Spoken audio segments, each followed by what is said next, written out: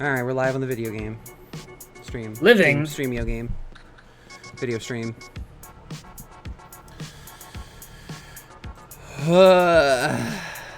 Live from New York. Post link. Final episode of our Baldur's Gate Let's Play. It's GAA finale. Leave me alone, Christian. I downloaded Baldur's Gate 3. Duck, we can play it tonight. Saw It'll be a great time. that. I downloaded it in a single hour. We can play it tonight. It'll be a great time. I have so much power. You have so much power. I'm actually shocked. Like, I genuinely didn't think it would be that quick for you. Gabe was like, it took me 9 hours, and I was like, okay. You're like, yeah, wait cool now. until a couple of patches, a couple of prize drops, a couple of sales. What? He's a It's your grand strategy, Christian? he's a crafty Yeah. purchaser. He's a crafty man. He's playing Minecraft during the stream. Christian, can you check the stream really quick and check if I'm like coming through all right? Didn't like mute myself on accident or anything stupid.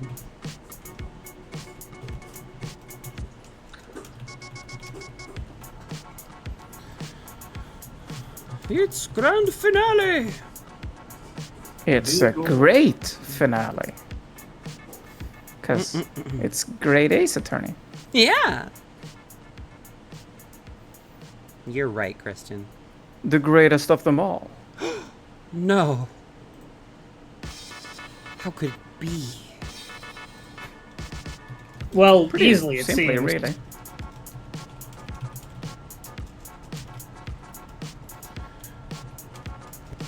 Quite shrimple. Ba-ba-ba-da-ba-ba-ba-da-ba-ba. It's great finale. Melissa, am I gonna play? Ba.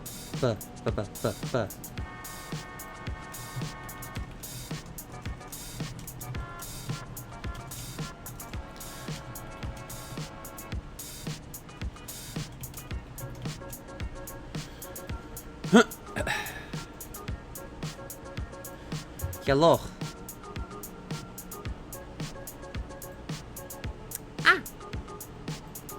Ah? Alright, where's my chatty?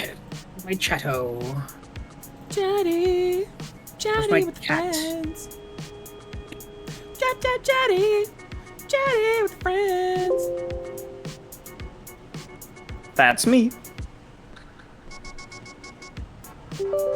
The friends.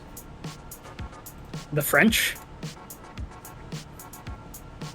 The I friends. suppose not. Duck, can I get Which one? the funny one that you're known for? You're not getting anything until I hear specificity. The main one that you're known for. Oh, okay. Whack. Yeah, that one. Do it. Whack. Whack. You're quite whack. Kiddo.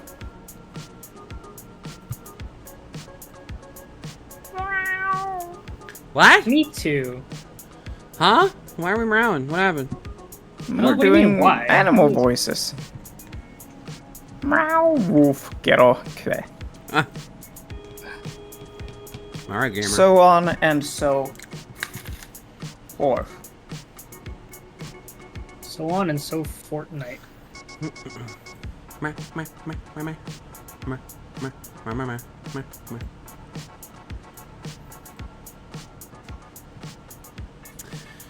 Chat, I don't know what they're going on about either, don't worry. This game supports an autosave feature. Please do not turn off your PC whilst the icon is displayed at the top of the screen. Split-splayed, Christian? I have an apple in my mouth. Damn, you should get it out of there. I'm here to take a bite Out of crime? out of crime. I'm here to take a bite. Out of crime. A bite. Out of Joe biting out of crime. Continue! Bite out of lime. It's time to continue the game. Ah, Let's wait, go. I gotta load up the video game. Well, The moment of the shooting. we gotta do a quick little recap. Yep, go ahead. Go ahead. Recap us. We Still got fixing their windows. we got the bailiff showed up and was like, "Hey, we found the music box thing," and we were like, "This is proof that you're a traitor to the great British state because you're selling state secrets through Morse code." Yep. And I was like, oh. Oh. You were, in fact, like, oh. And he was like, "No," and he just told us about how he saw, I believe through the peephole. Yeah, he saw freaking what's her face shoot him. So she's guilty. You know what? That's a very good argument. That's a very good Freaking argument. what's her face? Freaking what's her face? I believe that she's guilty now. And also,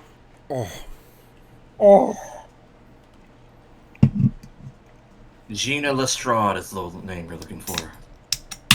yeah, Gina, what's her face? Still fixing my windows. Well, he doesn't know that. Zuck, what are you doing over there?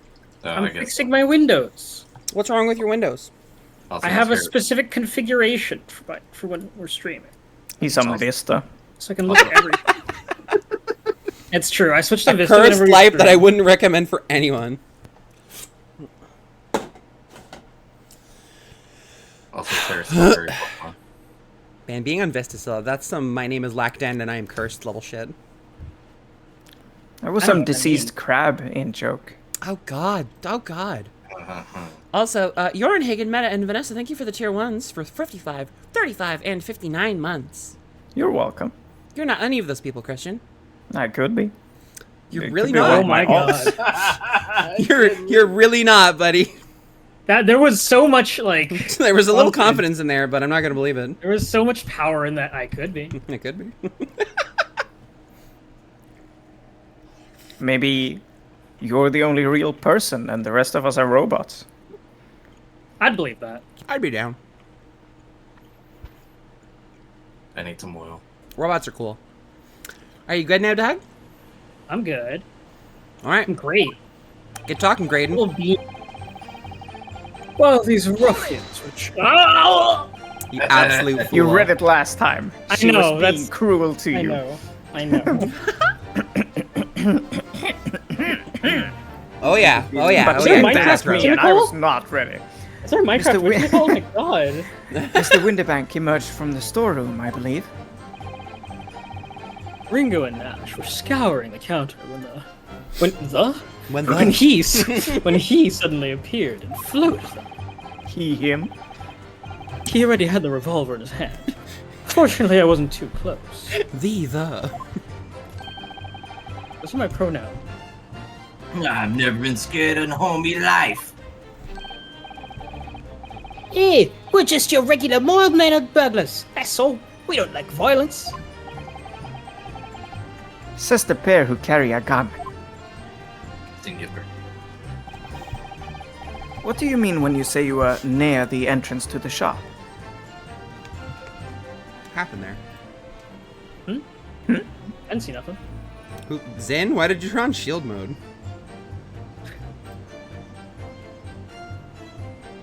Noodle's feeling defensive, I guess. Sword and shield mode. Zen?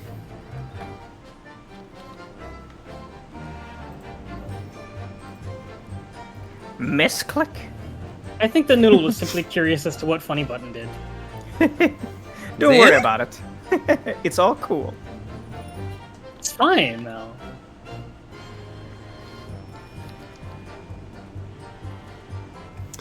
Hi, honey. What the hell? That was 5,000 points. Hi, honey. There we go. Now the people are getting what they paid for. Yeah, Jesus. baby. Zen, don't go clicking buttons if you don't know what they do. What do you mean when you say you were hi, honey? The shop.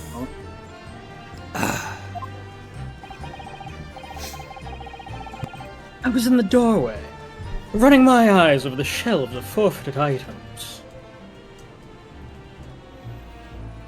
I'm waiting for my next line. Looking for the music box, of course. The broker went for Nash in the first place. Then Ringo joined in, making it 2 against 1. So I assumed they could handle the situation. But I was wrong. They were mid. They were incompetent. I was trying to help me little bro, but then the old piece chucked me over the blooming counter. Oh my god. Orlando Bloom encounter. So I pulled me gun on the old fella, and that soon made him scarper. I've discovered the truth of Noodle. What happened? It gave me a thing about shield mode, and I thought it was going to be a walkthrough, not immediately activating it. Check out shield mode. Okay. The pair of you sitting upon the poor defenseless public together? Shame on you! I mean, he had a gun. So did you. True. Wait, no, wait, hold on, I gotta practice. I'm both of them. Oh! It's holy shit, it's true. So yeah, for every mod, if you press shield mode, it's going to clear the chat and then lock it up. So don't press that unless we need to.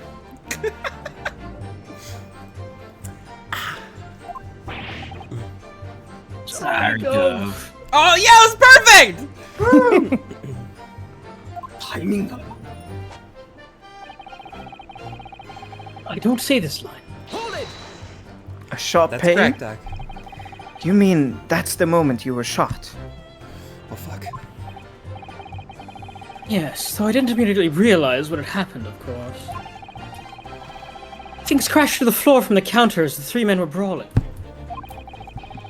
It was exactly that moment that it happened, so I didn't hear the gunshot.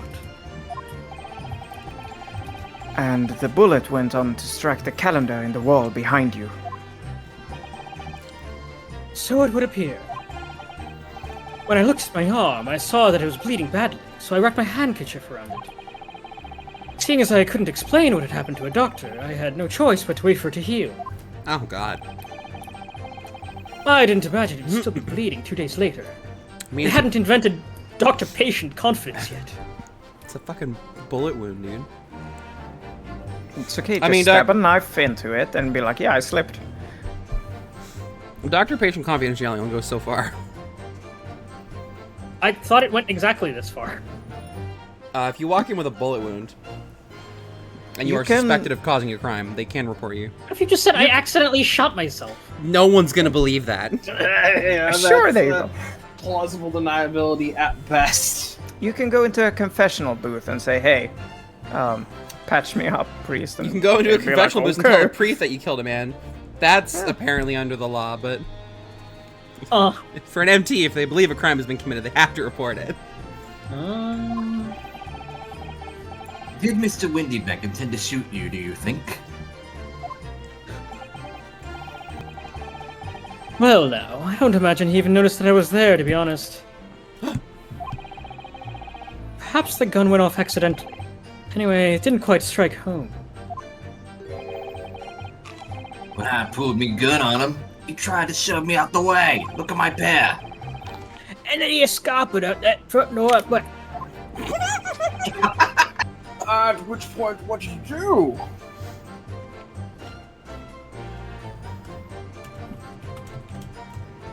Oh my god. that one didn't go so right. Alright.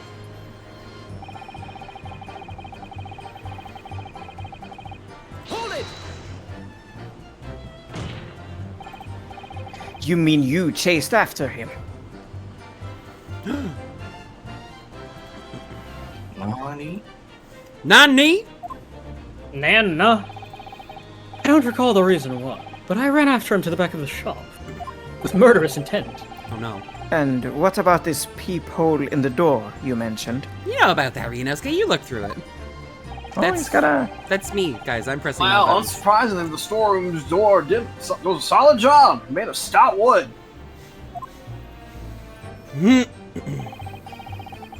Small opening about a head height that lets you see what's inside of there from the outside. Actually, I should know that, shouldn't I? There we go. I looked through it myself that night. It's Civil Mod War. Look into my eyes. Ooh, spooky. And what about you burgling brothers?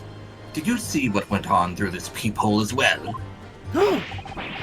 Don't likely, Gov. Didn't see nothing of the sort, Gov. I doubt these two buffoons are even aware of the people's existence. These two buffoons! So the Skulkin brothers were there, but they didn't see the killing of Mr. Winterbank take place. Inside the storeroom, I could see the broker and that young girl standing there. Young girl. The defendant? Yes? Yes. Though neither of them noticed that I was looking. Sorry. Sorry. Sorry, I should not have laughed at that so hard. Yes. Yes. So funny. I've been yesified. The girl raised her gun and pointed it straight at the man. Yes. And then, what did you see next?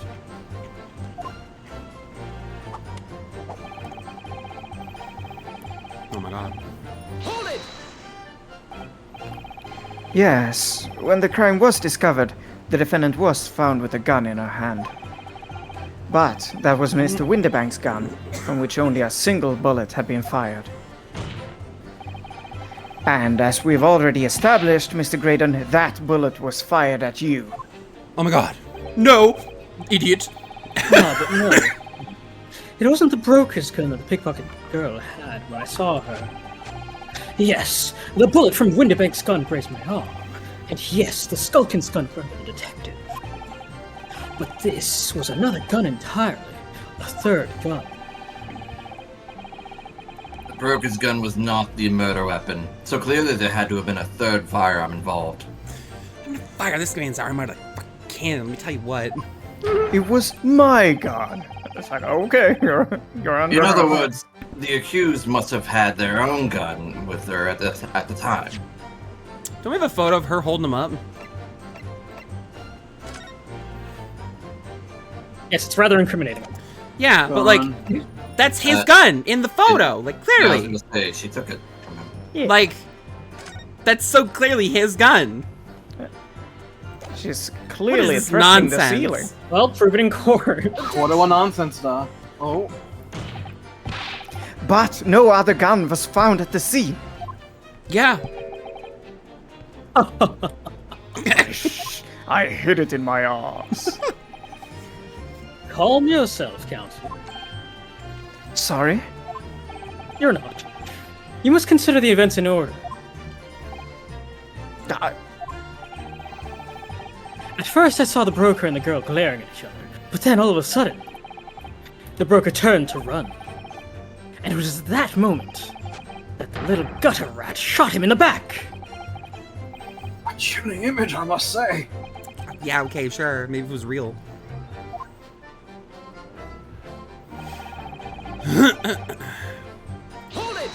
Uh-huh. All over her. Why is he pausing here, Reno? All over? What did he mean by this? Yes, to the people, I saw it clearly. Of course, the stains are invisible now, the coat being such a dark color. But I assure you, that garment is sullied with the victim's blood. Well, it is solid with blood, that's for sure. Oh, fuck, I have to talk. Fuck. I was eating. Ah! But it's not Mr. Windybank's blood, is it? No, that's right. It's Mr. Mason Milverton's blood from when McGilded stabbed him 2 months ago. Like an asshole. It's so annoying. If only they'd accept Hurley's chemical analysis, we could prove that. But they won't. So unfortunately, we can't use it as evidence to support our case. Oh, bother. It's the most British thing she said this whole game. It is. Bother! Did I hear you correctly? She threw the gun out of the room. What? That's right. After the broker fell to the floor, she started walking over. Over where exactly? In the direction of the storeroom door, to where I was watching. Of course, I quickly retreated, and then... She shot me. It's like, Ow. wait a sec. Ow. The girl dropped the gun through the peephole onto the floor on my side of the door. Why? That's so stupid. Because I was her accomplice. Wait, no. I mean, But why on earth would you do such a thing? I couldn't tell you. Perhaps she was hoping to distance herself from the murder weapon. I think that you're distancing yourself from the truth right now, buddy. Distance yourself from my nuts. Without thinking, I went and picked it up. I suppose I was worried about just leaving it there, in case any more tragedies took place, like me getting shot in the arm again. So it was you, in fact, who took the third gun from the scene of the crime? Yes, it was yours truly. Well, I left the clear up to my lackeys and left. clear up. we made a bit of a mess around the corner, so Mr. Whistle and Flute here told us to tidy up. Mr. Whistling Flute. He thinks he's our blooming mum sometimes. Well, I was paying you enough, by God. Your allowance? Tell me, Mr. Graydon, when you left the pawnbrokery that night, was it by any chance with the second disc in your jacket pocket? You're like a bullet indeed, aren't you? What the? Whoa! What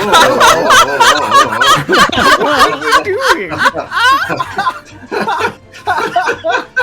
I'm completely unaware of anything happening to my left. Yes, excuse me. What's going on here? Gentlemen! Holy shit! Gregson, what the heck?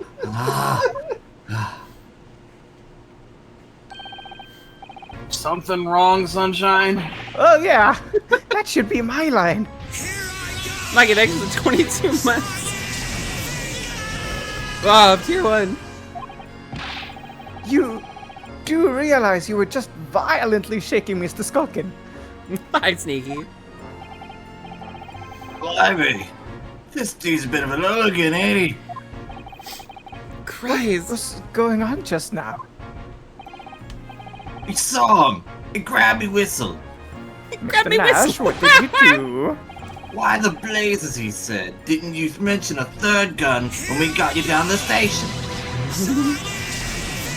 Duck. Thanks for the prime for 62 months. You grabbed me whistle. Grab me whistle. What do you mean by Pull this? me whistle, fart. And why didn't you? Grab me Cause we didn't know nothing about it. All that flaming people on the door. Sorry about that. I'm prone to losing my rag sometimes. Not her, are you? Police violence. Oh, blimey. See the way he's looking at me? I'm telling you, this dude gives me the willies. That was strange. The inspector doesn't normally get quite as worked up as that. He wouldn't normally grab someone. Oh, God, I'm caught. Irish, you have quips. I'm trying to eat dinner. Breakfast. Shut up. Mom. No, that wasn't like Gregsy at all. He's normally all sweetness and light, no matter what I say to him. Yes, well, I think you might be a special case, Iris. Well, anyway, that was definitely out of character. You should pop those in double parentheses. Why not? Sorry, that's a role-playing reference. Requesting your lordship's permission to interrupt the cross-examination. Explain yourself, officer! I have the results of the test that was ordered earlier, my lord. Are you older than the judge? Also this, right? No, I'm constipated. Good. It's dead. The blood of the accused overcoat. I appreciate Sorry. Van Sieks being like, The blood. Thank you, wrong, sir. Very well, the cross-examination is hereby temporarily suspended. Right, yeah, we I did presume have you have no objection, counsel? Sure. No, my lord. I think.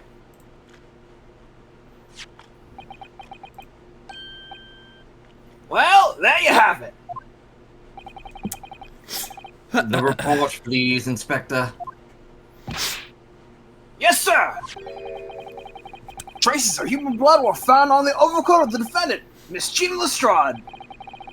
From the extent of the stains, it would appear that they were the result of spattering following a gunshot wound. And a report. Goodness me! Uh-oh. Well, Oh. See, what did I tell you? Real what a well, bop. No, the blood on the coat is not Mr. Windybanks. What on earth makes you say that, counsel? It's mine. The coat originally belonged to Magnus McGilded. Ugh. Just before his coat was deposited at Windybanks, McGilded had fatally stabbed Mr. Mason Milverton. So the blood on that overcoat is the blood of the brickmaker from the omnibus case. Prove it. Well, the dead cannot speak. Isn't that right, my Nepin's friend? Damn it. This Several isn't games the later. original Give trilogy. it 115 years. Yeah. Oh, fuck. Sorry? Greatest 2 attorney. months. Go ahead, Ron, sorry. 2 months ago, in this very courtroom, Greatest attorney spitting on the original franchise. The dead cannot speak. Shoves a fucking boot into Ace Attorney 1 and Maya and Mia. Shut up, Maya. Oh, stretch time. did you not argue fervently for McGilded's innocence? Not fervently. Oh, I mean, you know. And yet now that man is dead. You brand him as a murderer? Yes. You conduct, shatters any shred of respect you may have earned yourself in this country. But that was... I call it a bully disgrace. Treachery. That's what it is. Treachery. How to determine whether the blood on that coat is 2 months old or not? Oh no, you've lost Even the a nerdier duck. Hey, what? Nerdier? Nerdier. Hold on. Let me visualize the image of that nerd emoji in my head. Even a stereoscope couldn't help the answer to that problem pop out. It can't be done. There we go. Actually, But... We used Mr. Shum's specially formulated... Mr. Sholmes is a detective, not a chemist. yeah, about that. Would you put such faith in a chemical formula devised by me, for example, when I'm a communications officer? I held out Piroski to starving boy and he ran away crying.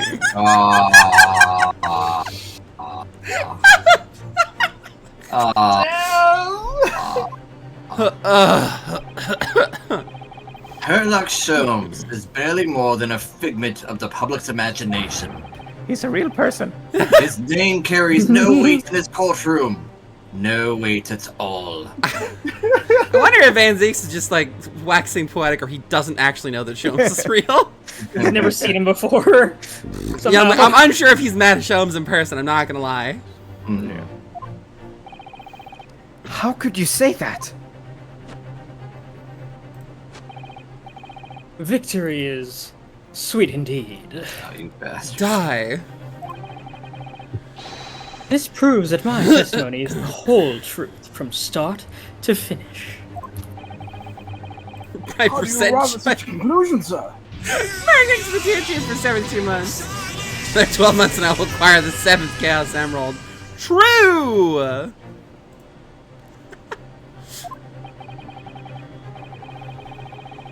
Oh, crap. Meeting. Your turn, Ron! Ah. I had to throw away my apple. As the witness said, the accused's coat was splattered with the blood of the victim. The only way Mr. Graydon could possibly have known that fact is if he saw it happen. In other words, his testimony is solid, and the conclusion is singular. It was the accused who shot the victim in this case. That is the whole truth. Ah! In your lies. My lord.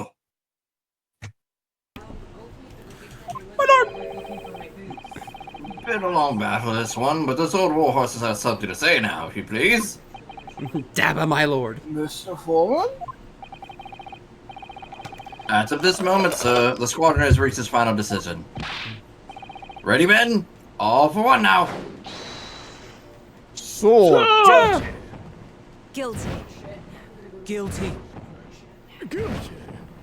Guilty. Here we go again. Guilty. Guilty. Ba-da-ba-ba-da-bum. Whap. Well, it would appear the ladies and gentlemen of the jury have reached a unanimous verdict. That's great news for me. No, it's not. I mean, It's great news for me. The defense has consistently failed to unpick this witness's testimony. Here's to any attempt you may make at unpicking the jurors' decisions being equally successful. ugh. I don't believe it. After I've come so far, how is it all unraveling on me so fast? Oh, buddy. Phoenix. Shut up! Shut! Who's this? Who's this? I think my bet is it's Ray. I think it's Sherlock. Oh, Ray. Ray. Wouldn't you agree, Mr. Naruto? Oh man. Officer? You've delivered the report now. That would be all, thank you. It occurs to me with some regularity, Mr. Naruto, that scientific truths are determined not by science, but by none other than the human mind. I know that voice. Yeah, you do. Am I going mad? I don't need it. Saturday. Oh, sorry. Yeah, baby. Mr. Sholmes! Let's go! What is the meaning of this? Yeah, baby, let's go. Order! what business do you have here, detective? The last I heard, you were recuperated in the hospital. Also, you're committing an actual crime. You're I pressing would an be. officer. As well I would be, had I not been set upon an errand. What errand? The errand to kick your ass in bloody daylight, my good man. Oh, Hurley, it's really you. You're awake at last. My true name is Herlock good day, Belmont. Iris. Rather late to rise. My apologies. Now, my lord, if you will humor me. No, guilty. In what manner, sir? I have something of great importance. the police to hat. the lawyer over there. I need no more than 5 minutes. Would you be so kind as to spare the time? The police hat bouncing on his face is so good. Look at Gregson on the right. Yeah, I was about to point him out. What say you to this, Lord Van Zeeks? No. No. No. What the fuck? Sure, why not? This trial has taken many hours of the court's time. Having spent so long already, Exactly! Haven't spent so long already, we don't want to go wasting any more precious time! as I was saying, having spent so long already, it would seem churlish to deny the defense a mere 5 minutes. Aww. Ah! Very well then, counsel, you have 5 minutes. Oh my god. Hello. Let's go. Hello, Shums. My dear fellow, I apologize for my tardy arrival. And it took 4 minutes for him to change. Mr. Sholmes, are you alright now? Alright, I'm all wrong! Sorry? I've only just managed to summon the strength to stand, man! I asked the judge for 5 minutes. But I fear even that may prove too much for me. Pray forgive me, shall I pass on? Let's make this discussion as short as possible. Harley, this place is full of idiots. None of them can see how wonderful your chemical blood analysis is. Oh, well. That concoction of mine was really just a bit of sport to assist me in my investigations. I never took the trouble to refine it for appraisal by the scientific community. An oversight on my part. Right. Modesty, surely not. An oversight on my part. But enough of that. I'm here to give you this, my dear fellow. A bento box? What's that? A lavender furoshiki wrapping? A living present. From Miss Susato. Ooh, from Miss Susato. If possible, matters were to be settled without me giving you this. Those were her instructions when she asked you to do her this favor. I don't understand. Miss Susato foresaw today's events, I believe. She knew that the culprit would attempt to escape justice by means both devious and underhand. Oh my god. And that you, Mr. Naohoda, fighting fairly as you are wont to do, would find yourself in considerable peril. At this very moment of crisis, you were to be given this small parcel. But what's inside? Those are the dear lady's instructions. A leaving present from Susato-san. Whatever could it be? What is this? Oh! It's the machine I made. Yeah! Wagahai! Coming. Look, I use this. It's my latest invention. What is that? I call it the cat flap-o-matic. It can make a cat flap for a little furry friend like Waggy in seconds. What's Susie up to? Mr. Sato muttered the faulty words before she left. I'm a failure. I don't deserve to be judicial assistant. Holy shit. Oh. What? Didn't she say something like that? Ugh. You really are the best judicial assistant in the world.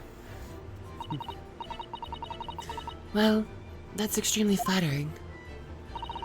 But I'm sorry to say that I've been a complete failure. Whatever did she mean by that, Mr. Jones? That night, when you left Windybanks in pursuit of the thieves, Mr. Sato made use of this contraption for a certain purpose. Oh, let's get it! Let's get it! That is your answer, dear fellow. Does everyone in the call know what's going on? Oh, I think I have a pretty good idea. I'm gonna show you No, two I photos have one the more clue. time. Very well. See this photo? Yes. I see the photo. Yes, yeah, now I see it. Now I see it. I see You see it. this photo? I do let's see the go, photo. Let's go, I let's see go, the let's go, I understand let's that. go! Now it is all within the Oh, you weren't kidding! This is great! Oh yes, it's been staring you there in the face the whole time. You know what? I'm gonna save my thoughts for later. So I can explode Oh! I can No, explode not like at all Ray. cryptic then. Susato-san used this cat flapper mat that night. But why? But Cat why? flapper mat has been entered into the I culture. can't wait. I can't wait to get hit by lightning. Your 5 minutes are up. Your 5 minutes is over. Oh, well, close enough. We're out of time already. Mate, that was plenty. Oh, Oh, this is God. not bad. And he's just So hanging good. out up there. I'm grateful to you for affording that brief recess, Mr. Reaper. I need no thanks, Detective.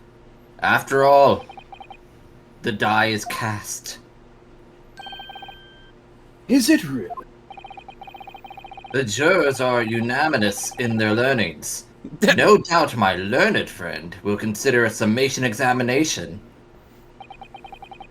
But any attempt to alter the verdict now would be utterly futile.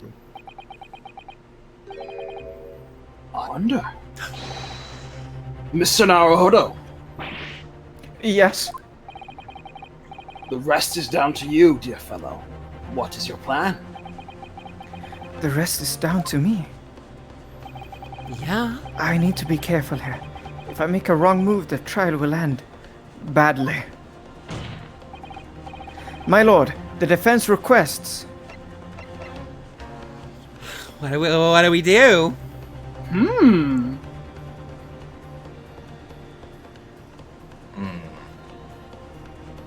They used one of those funny words during the proceedings here.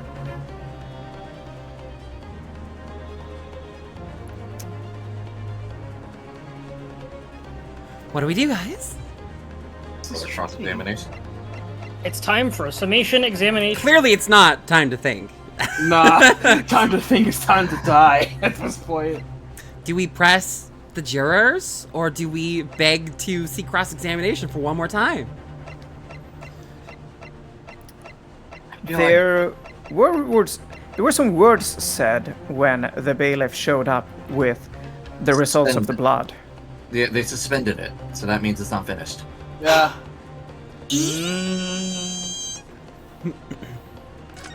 I wonder if you both will work, technically. Further cross-examination. The jurors have spoken. Protocol dictates that you may not cross-examine a new witness now. The defense is not asking for the cross-examination of a new witness. Rather, to continue with one of an existing witness. Hi, Eldon. I knew it. What? It would appear that a rather important detail has escaped your attention, Mr. Lee. Oh my god. I knew it. Bueno.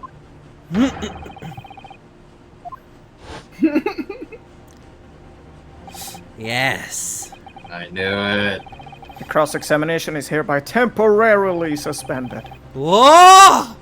They left the door open.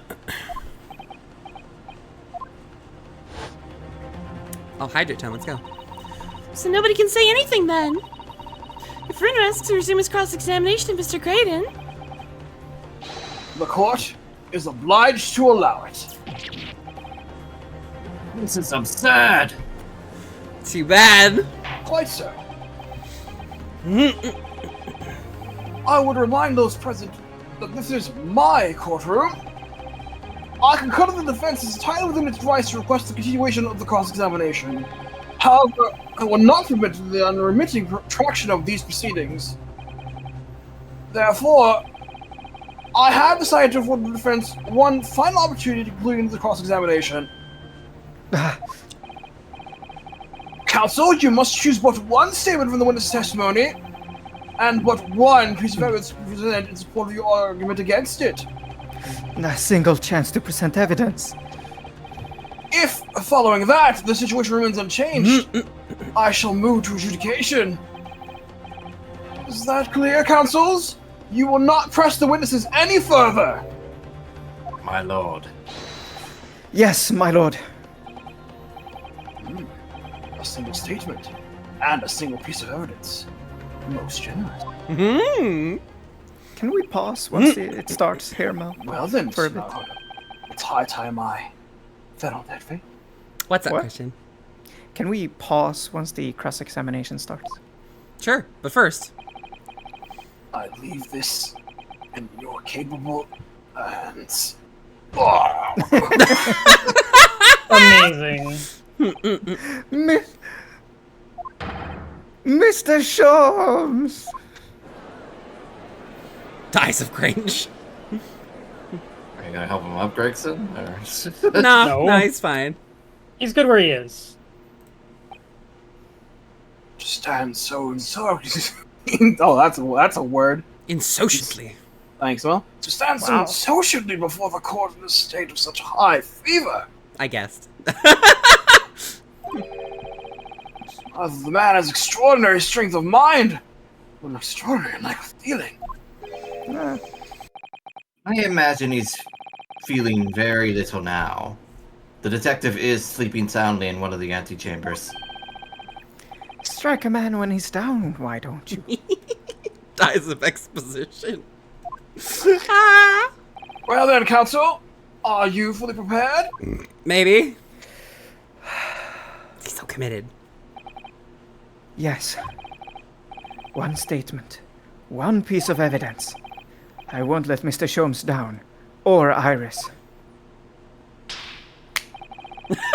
And I won't waste this final chance that Susato-san has given me. I was waiting for that to come too. This is going to decide the entire outcome of the trial.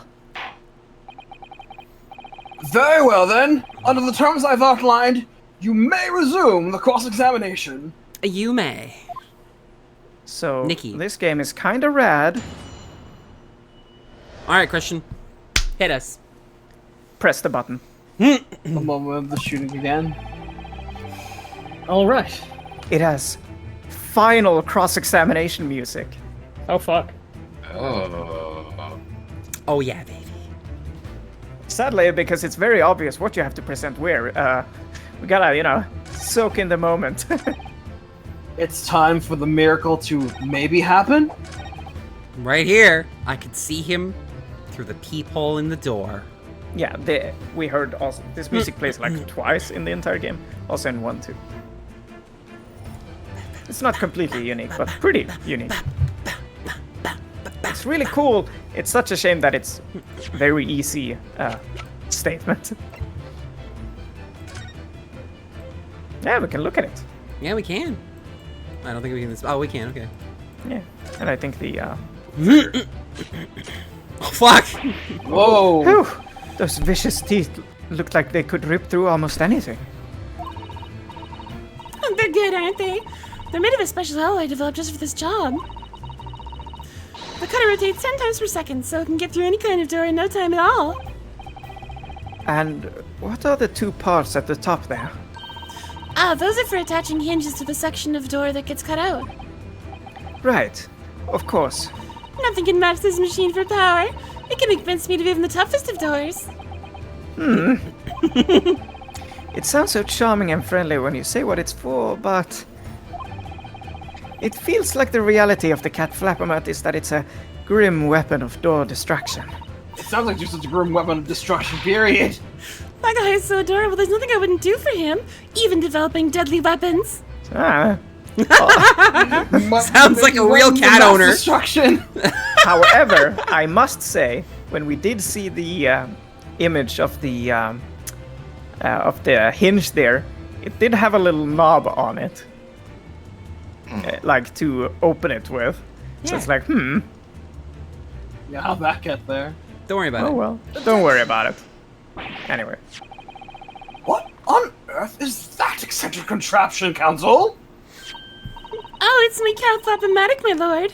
It makes a way for cats to get in and out of a room. It can cut through any door you can think of and make a neat little door in the middle of it. that's right, my lord. It's a device for creating so-called cat flaps. Small doors for cats to come and go as they please without their owners having to open. I'm sure we can all work that out for ourselves. Oh, geez. Ah, But that cat lover's contrivance has no possible relevance to this case. Oh, really? Oh shit. Of course it doesn't. To start with, there was no cat flap in the pawnbroker's door.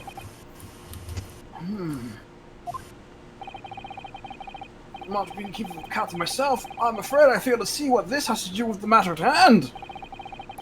Perhaps it would help if I had described its function another way, then.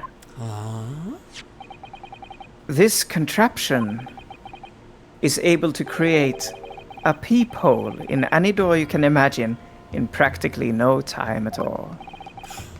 I beg your pardon? A Oh my God. peephole, you say? Oh, yeah, baby! 2 nights ago, we arrived at the scene only minutes after the murder of Mr. Winterbank had taken place. I think the synapses are starting to fire. That's right. According to the paperwork of the yard, it was you, your Japanese assistant, and Sholmes. Yes, the 3 of us were together. and it's recently come to my attention that my assistant made use of this device at the time. Your assistant did what? There was a peephole in the storeroom door. I can attest to that. Because I looked through the peephole myself in order to see inside the locked storeroom. This is ludicrous. What are you trying to say? Of course there was a peephole in the door. I said as much in my testimony.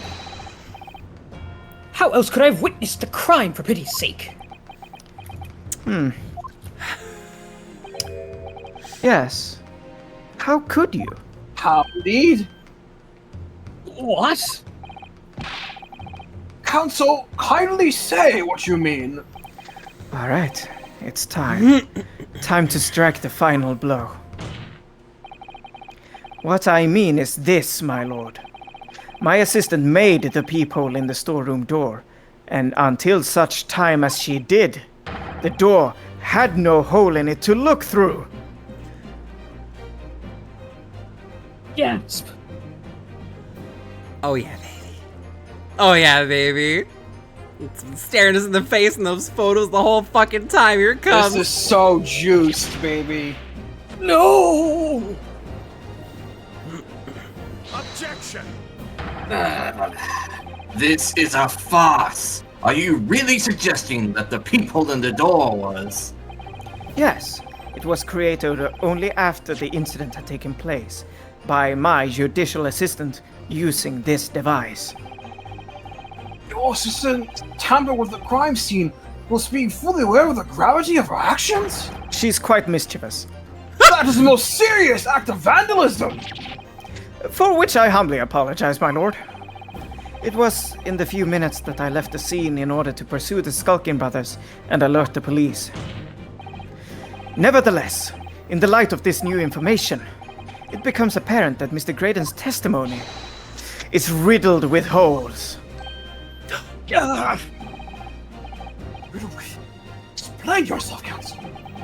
The majority of Mr. Graydon's testimony that appears to incriminate the defendant is based upon what he witnessed through the peephole in the storeroom door. Yes, that filthy girl shooting the man in the back. However, if at the time of the incident that peephole did not yet exist in the door, there's no possible way that you could have seen what you claim to have seen. In short, your entire testimony is a pack of lies. That's a weapon in front of us. Back of lies. Really? Yeah! It's a deck of cards. That's Order! amazing. Order! Order! Is there any credence in this revelation? None whatsoever, as my learned friend must surely realize.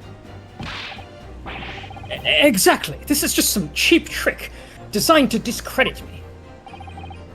I'm afraid not, sir. Of course it is. Do you seriously expect people to believe that plaything can cut through a solid wooden door? Oh yes. I designed it to be very powerful. It can cut through even the toughest of doors. That's absurd. I don't believe it for a second. I had a feeling you'd say that. What? Waggy! Cooey! Time for dinner! When did you? What? Wow! Mega high! Well? Young lady! This is the Old Bailey! One does not make cat flaps in the oak paneling of the Old Bailey! Yes, she's quite mischievous. I'm not done yet. Don't worry. This doesn't mean that the peephole in the storeroom door to Mini Bags was made by your machine. And there's no way that you can prove that it was. No, but it's easy. What? The cat flaps my cat flap microcrates are all of a fixed size. And the dimensions of the people at Windy Banks are an exact match. Oh, Old Silky sauce for words. Excellent work, Iris. Thank you. And now it's my learned friend's students And now it's my learned student's friend's turn to be lost for words, I feel. I believe your judicial assistant has already left the country for your Eastern Island home. Well, yes, that's true. Then you may have some difficulty in establishing all of the facts. For the sake of argument, let us assume the peephole has dimensions that are a perfect fit for this contraption. In that case, when was the peephole cut? Prosecution demands proof of your answer. What is the purpose of your line of inquiry, Lord Van Zieks? It's very simple, my lord. The defense argues that the peephole was created after the incident using this device. But now that the perpetrator has returned to her native land, she cannot testify to the fact. There is no proof. Oh, yeah? And for as long as the defense remains unable to prove when the peephole was made, my learned friend's claim amounts to nothing more than a baseless accusation. Oh, yeah? Okay, Arg. Van Zieks. What if we get a Arg, and base I hit the accusation? back. What, Christian? Arg, and I hit the back of the. I hit my back on the. You hit your head on the canopy. I hit my back on the wall behind me. Yes. Yeah, you think you're gonna? 3, 2, 1. No, don't No, put Christian- the onus on me. Christian is saying that he already has done it. Physically, himself. Oh, yeah? Okay. Yeah.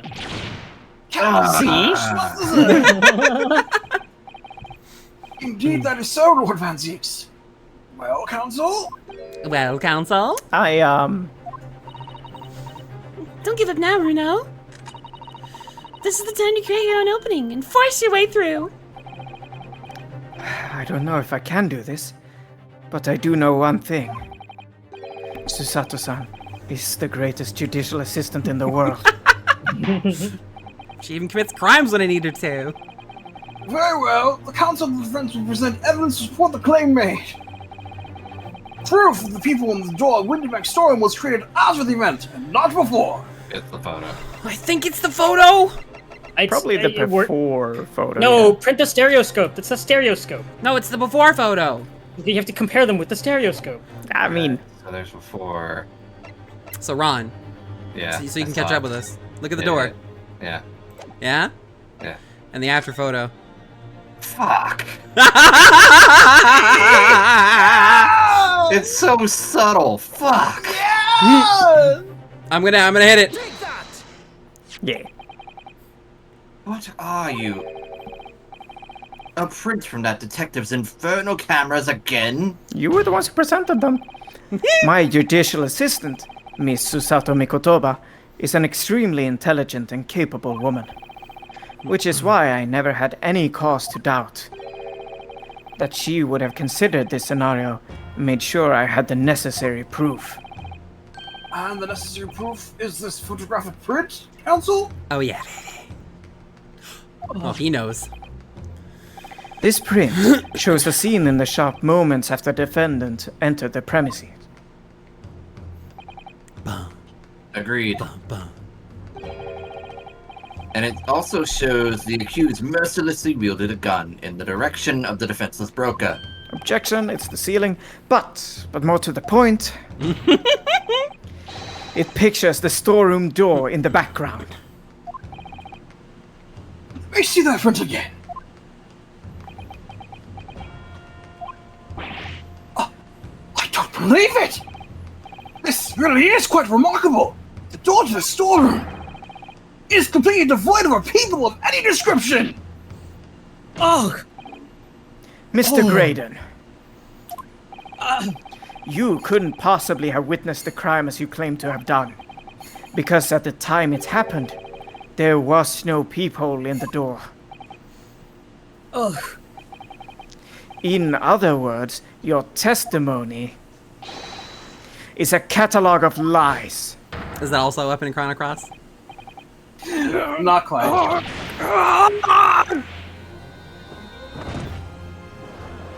Catalog, get it? Yeah, I get it. Order! Order! Order! I am satisfied that the defense has substantiated its claim beyond all reasonable doubt. It's so much fun. This witness' testimony was entirely fallacious.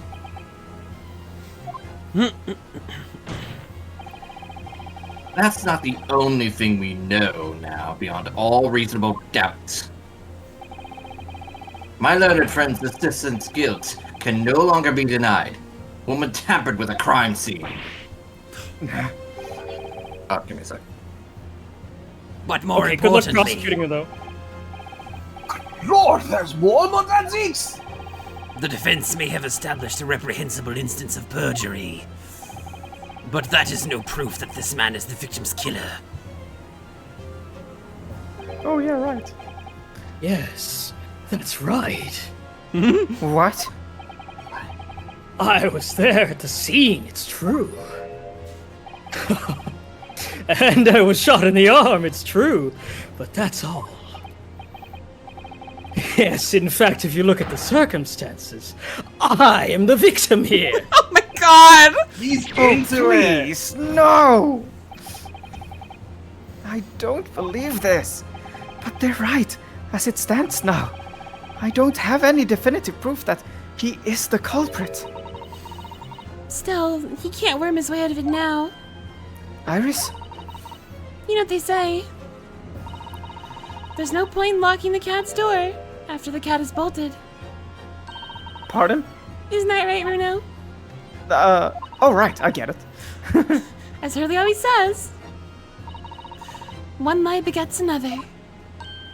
No, wait. That might have been a line I wrote for him in one of my stories. Good enough. Bruno's like, what does it mean?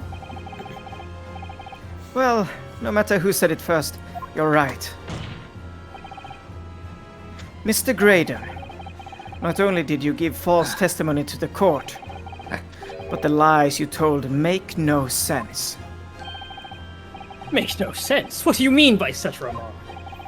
Just get What into you it, said Greg. in your testimony reveals that you know something you shouldn't have known. In other words, there is a fundamental inconsistency in your statements. What? Objection! I am back. Welcome back. Thank you, my learned friend. This is provocative talk, Counsel. Won't you enlighten the court? Explain this alleged inconsistency. Ooh, well, thanks to the tier 1 for 17 months. Iris was right. One lie begets another. Another. The inconsistency is revealed by the lies in the witnesses' statements. They show that Mr. Graydon had knowledge of something he shouldn't have known anything about. Namely, It's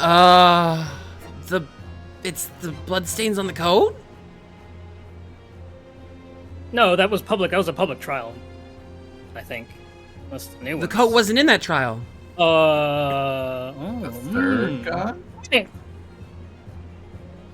Well, he knows about the third gun because it was probably his. Yeah.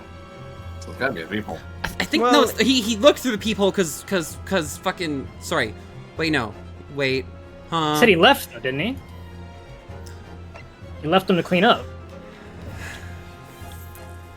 he also said that she dropped the gun out of the peephole.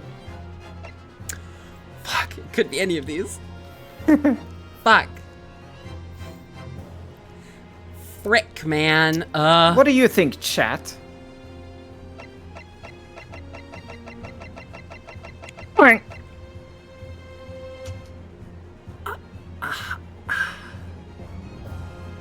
For none of the above. Fuck, man. This is actually tough.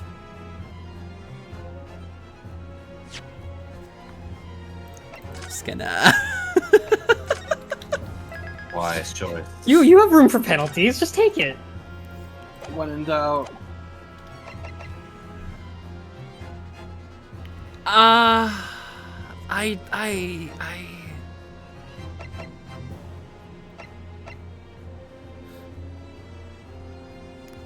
There's 3 Let's, options and you have 5 penalties. It's okay. I Just believe go. I think it's the peephole because it wasn't there when he was there. Uh-huh. How would he know about it and claim all the things he said about it? Yeah, because he I left think first, it's the right? bloodstains on the coat. Well, I don't know. Somebody's already played this game. We both already played this game. I played this Are game a you year ago. I don't remember shit. I know. Are you I sure? mean, I Christian? also don't remember, but I think it's You the sure, bloodstains on the Christian? coat. No, but I Oh. think it. When in Rome. When in Rome, huh? Actually, wait. What if this is like some kind of backwards thing? Is there a gun that wouldn't have appeared until later? No, wait. Fuck it. Ooh. The bloodstains that were present on Miss Lestrade's coat. That's right. The victim's blood spattered all over her when she shot him. But how could you possibly have known that? Obviously, because I saw her do it through the peephole in. Oh fuck. The point is not that you lied in your testimony, Mr. Graydon. It's the nature of the lie you concocted that is so revealing. You're not making any sense. Then let me ask you a simple question. How is it, Mr. Graydon, that you knew of the existence of the peephole in the storeroom door? What? Well, obviously That's a good question. Has the cat got your tongue with Miss? Shut up! The peephole in the door was made after the incident occurred, so I think the second one could also have worked. Ah, And once I returned to the shop, having failed to catch the two burglars, Scotland Yard's investigators arrived immediately. Since that time, the police have been at Windibanks constantly, carrying out their investigation. oh, Isn't that right, Inspector Gregson? Well, yes, of course. Place is chock full of pawned articles, and my lads have thoroughly examined them all. Just like if you want to have the officers working around the clock in shifts, we got through it all. And consequently, there's no way that you, Mr. Graydon, could have gained access to the shop. So how is it possible then? Therefore, you should have known nothing about the peephole in the storeroom door. So the fact that its existence forms the basis of your testimony is completely inexplicable. it's true. The confirm. And yet, the fact remains that Mr. Graydon did maintain that he witnessed the crime take place through the peephole in the door that was proven as not to exist. How on earth is that possible? Could I have a word, please, Lord Van Zeeks? No. Speak, Inspector. It's just that I really ought to be getting back to the station now to put in my report. Why are you trying to run, Gregson? There's really nothing more I can add to this testimony, so it's all to say to you. Permission denied. Ugh. It's not all the same to me, Inspector. Not at all. Why are you trying to run, Gregson? You will remain exactly where you are until this trial concludes. Where are you running for, buddy? Of course, sir. And if I may add, you're looking quite sus. Mr. Graydon, you shouldn't have known about the existence of that peephole, Oh my god, I just remembered. Oh my god. which can only mean Oh my god! Oh my god, oh my god, oh my god, oh my just god! remembered Oh my god! that you must have been informed about it by somebody else. No, Gregson! They were talking in the middle of the fucking Nash testimony, remember? Yeah, they were. They were talking my in the God. corner! No! Oh my god. This is not bangers and mash, my lord. No! What? Oh!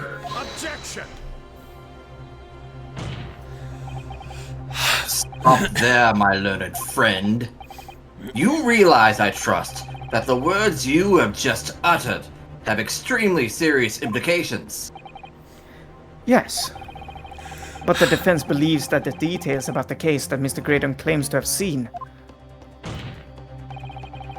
must have been revealed to him by a certain person before his testimony. Oh my god. And, in fact, considering a particular clue we have, there's really only one person that could be.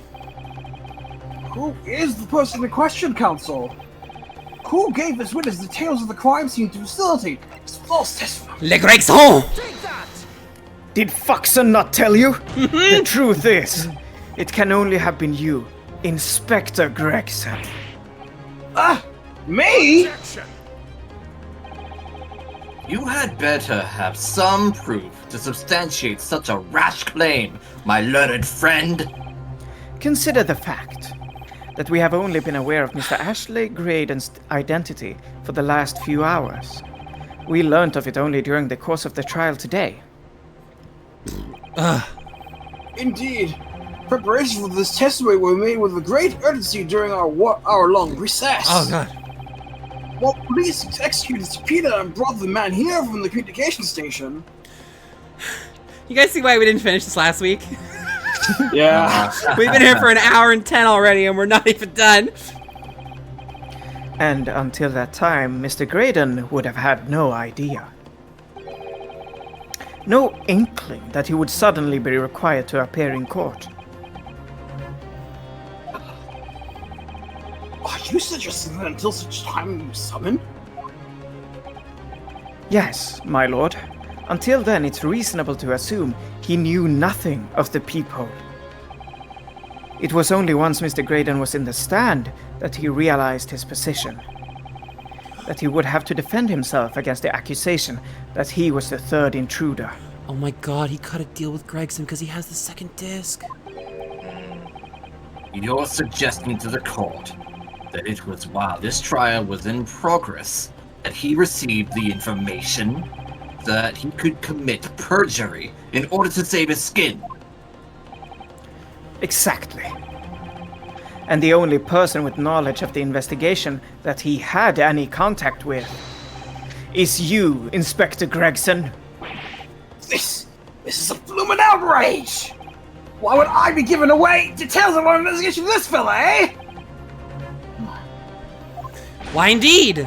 I was summoned to his lordship's chambers during the recess in any case. Had you forgotten that? That's right, you were. Quite true. I had a number of questions regarding the events that transpired in the pawnbrokery. Which means the first time these two laid eyes on one another was the proceedings resumed, following recess. Sandra, thanks for the 9 months of Tier 1. Since then, they've been in full view of the stand where such illicit discussions couldn't possibly have occurred. True. Just thanks for the Tier 1 for 36 months. Wow! Well, don't get that anyway. Ah, Ah, Ooh, I've just remembered something, Bruno. what is it, Iris? There was one time before, wasn't there? I think it was when Ginny was testifying. Oh yes, now you mention it. When the bailiff was dispatched to retrieve McGilded's music box from the scene of the crime. That's it! It was during that testimony. That's right. I remember finding it strange at the time. There they are. Mr. Graydon and the inspector seemed to be having some kind of secret relationship. Ah! Discussion. It would have been possible for you to give Mr. Graydon the information he needed then. You little toe rag! You're making all this up! I'm a respectable Scotland Yard inspector for crying out loud! Why would I do something like that? Why would I be giving away confidential details to the likes of this bloke? Admittedly, you wouldn't have had any reason to do something like that, for no gain. But perhaps it was part of a deal of some kind. Then it starts to make more sense. what deal, Counsel? I wonder if perhaps, in exchange for details about the peephole at the crime scene, Mr. Graydon agreed to give a certain something to the inspector. Oh yeah, baby.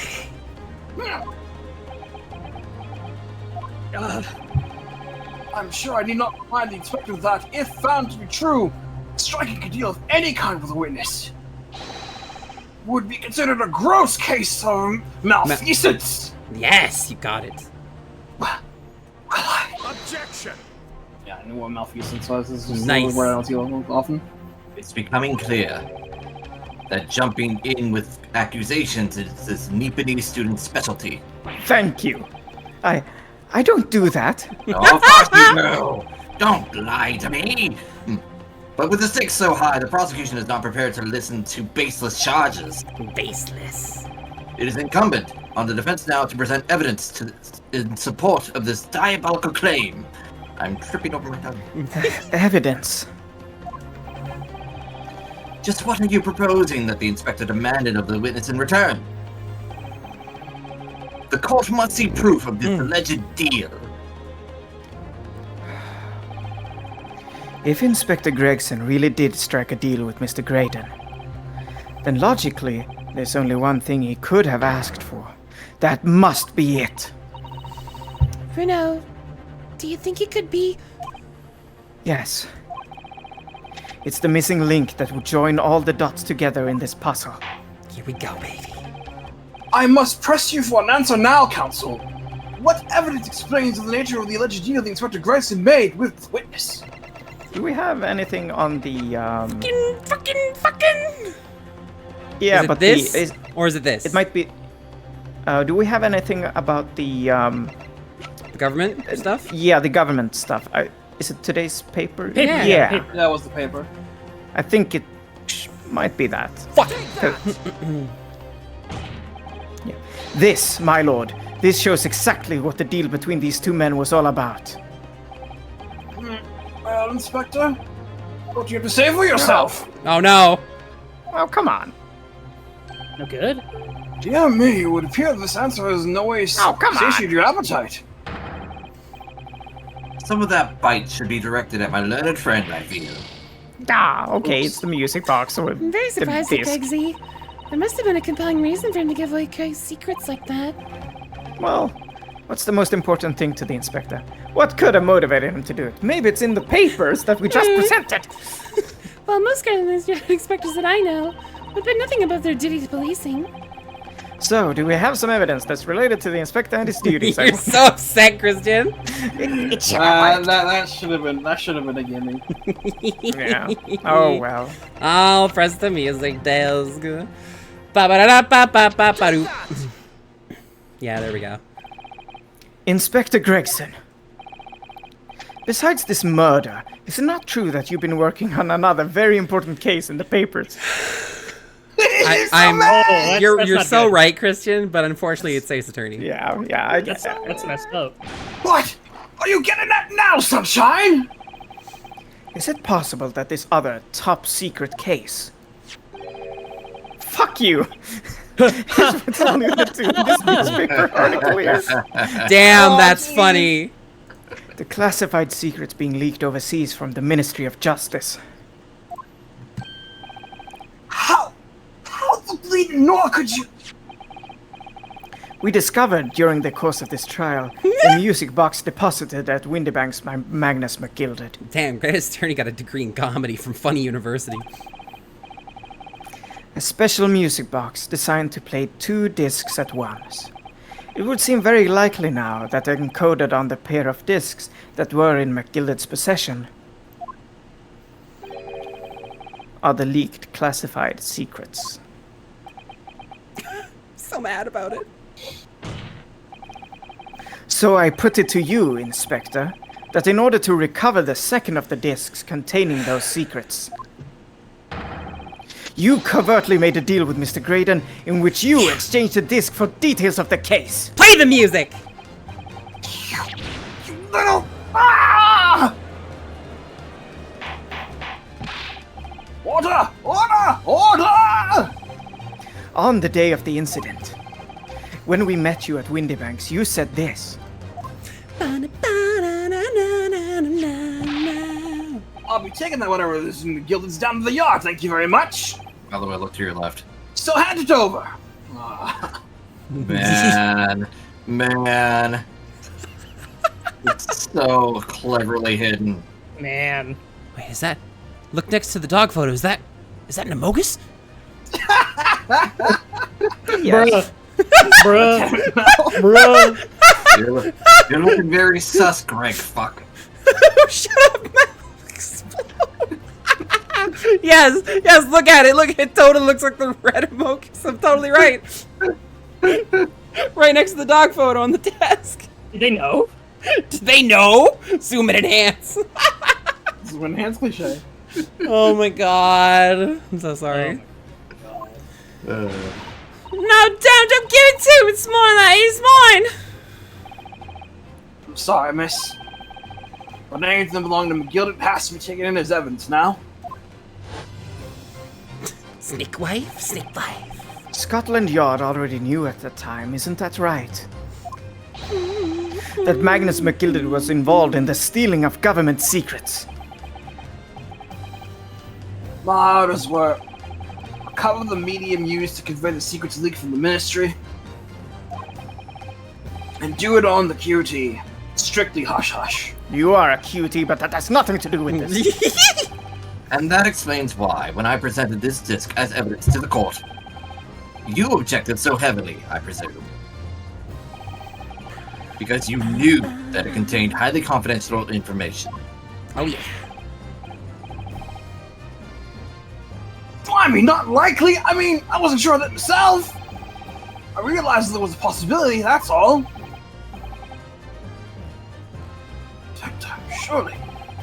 Surely you're not saying that in order to acquire the second of these music box discs, you did indeed reveal confidential details of the crime scene to the witness? To aid and abet this man in giving false testimony? There's no other way that Mr. Graydon could have known of the existence of the peephole. It's the only explanation. A deal was struck between these two men. No! Yes. If, and I stress, if, this sobering assertion turns out to be founded in truth, it would mean that the second disc is, as we speak, here in this very courtroom. Wait, what? In this room? How could you possibly make a claim like that? Because Inspector Gregson is a Scotland Yard detective. What? What? Is he? What's that supposed to mean, huh? As a seasoned policeman, the inspector will have approached this alleged deal with caution. Certainly, he would not have accepted a gentleman's agreement in this matter. No. He would have insisted on having the article agreed upon in the palm of his hand. Oh my god. Good gracious! Then, you mean to say Inspector Gregson already has the item in question in his possession? He has the second disc actually on his person? Yes. The defense demands that the inspector is searched at once. Definitely. They can only have struck a deal with each other when Jenny was testifying before. And Gregsy hasn't moved from the witness stand since. My lord, please, order an examination of his personal effects immediately. Get in that man's pants. Well, Inspector, Why are you asking him?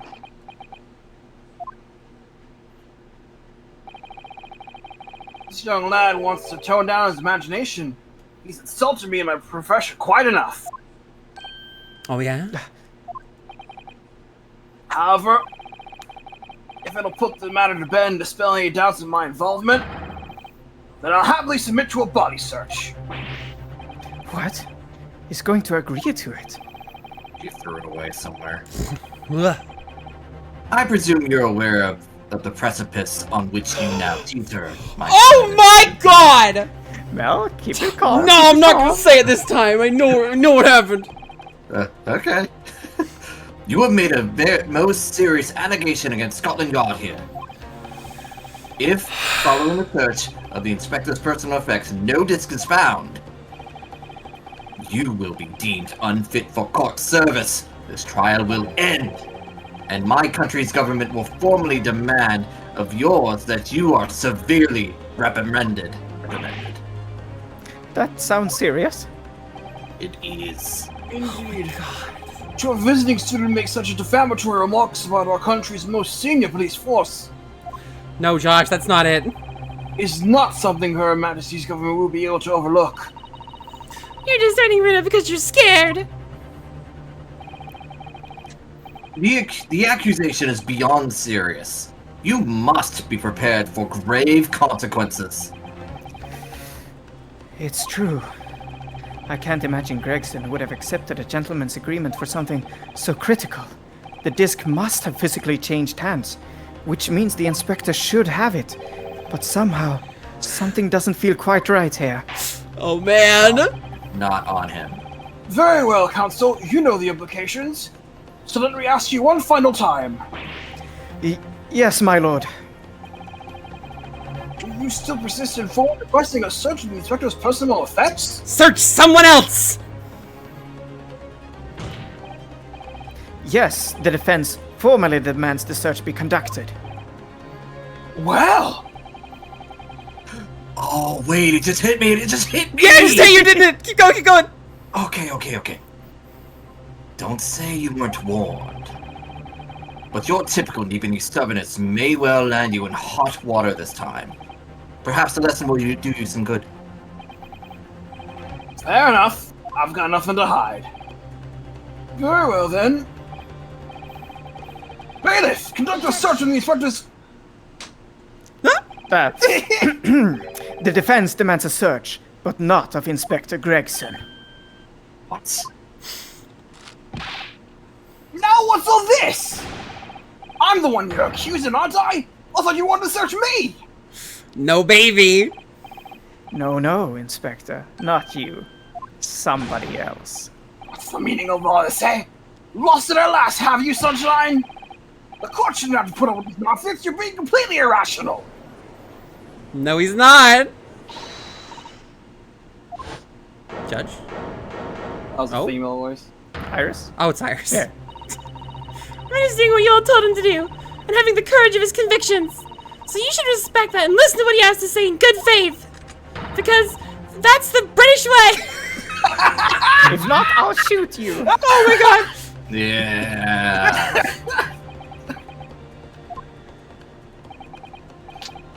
Well said. Well done. Indeed. This court is in awe of the defense counsel's conviction and eagerly awaits his next words. You what? Now don't be hasty, my lord!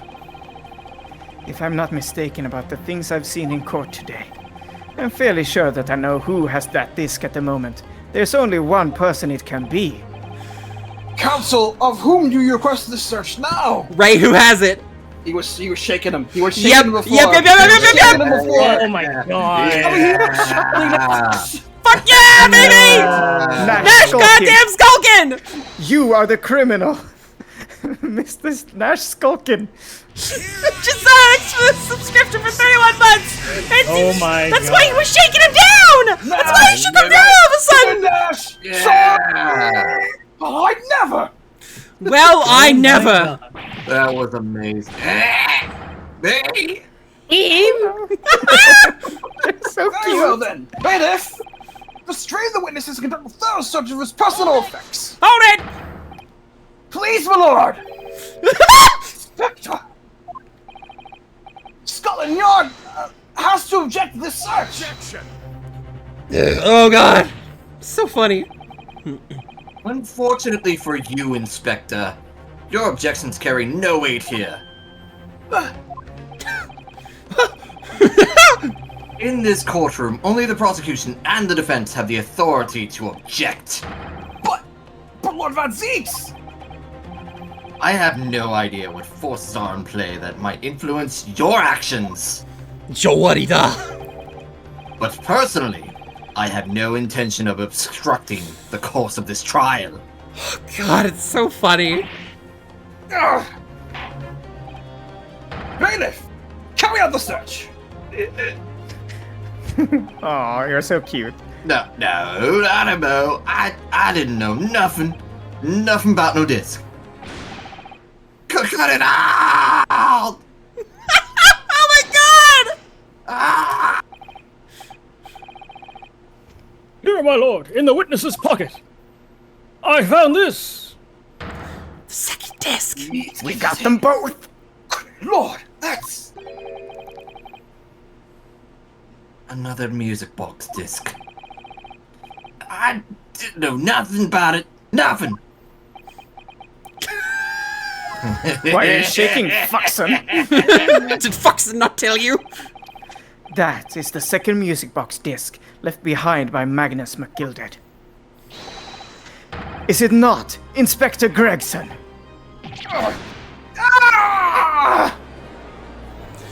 Why are you shaking, toe bitch ass Gregson? Order! Order! Order! Mr. Skulkin, what have you to say for yourself? Toe bitch ass Foxon. Gordon Bennett. I mean, just Gordon Flamin' Bennett. Look at Ringo. I swear, I didn't know nothing about that disc. Honest to God. Holy shit! Counsel, would you please explain what exactly is going on here? The alleged deal that was struck between the witness and this detective, no? Without question, my lord. Oh god! Then, for pity's sake, why on earth was this man in possession of the disc that the inspector traded for information? Looking cool, Izzy, thanks for following. Inspector Gregson is a shrewd, calculating man who rarely loses his composure. But at one particular point in this trial, he exhibited some unusual behavior for a brief moment. For a brief moment. I don't recall. What unusual behavior? Ah, It was, yes, during my cross-examination of Mr. Graydon. God. Tell me, Mr. Graydon, when you left the pawnbrokery that night, was it by any chance with the second disc in your jacket pocket? I admit to nothing of the sort. Hydrate. I can drink some liquid. There it is. Yeah. While Mr. Graydon answered my questions, the inspector appeared to have grabbed Nash Skulkin by his coat and was shaking him violently. Yeah, he did know. Thought me noggin was gonna fall clean off, I did. I was wishing I'd been born as me brother, I was. And what exactly happened God. to make the detective attack you like that? I ain't got a clue. He just suddenly turned and grabbed me, grabbed me whistle, like that, and started shaking me. Grabbed your whistle. Grabbed me whistle. Why the blazes didn't you mention the third gun when we got to the station? That's what he said. And we played looked at the tier 2 for 26 months. We're here we are. This is it. He held it right down my ear, he did. My head's still throbbing now. The way the detective behaved then was extremely out of character. But looking back now, it must have been then that he did it. That was the opportunity Inspector Gregson created for himself in order to hide the disc. What did you miss? Oh, so much. Oh, the peephole was a fake, and Graydon's testimony was trash, and the second disc is now in court, and Gregson was doing backhanded deals with him for it, and he put the disc on Nash. Whoa, bless my wig! He hit it! A six-pack of abs? And I'm afraid I failed to comprehend the motive here. Oh my If god. the detective had acquired the disc he was after, why on earth would the embassy to hide it in another man's pocket? This is a court of law! He could have submitted the item as evidence! It would appear, my lord, that the inspector was not at liberty to do that. Why ever not? Why ever not? As the man himself revealed earlier, his current assignment has some special conditions. My orders were cover the medium used to convey the secrets leaked from the ministry, and do it on the QT. Strictly hush hush. Yes. Hush hush. A top secret assignment, is it?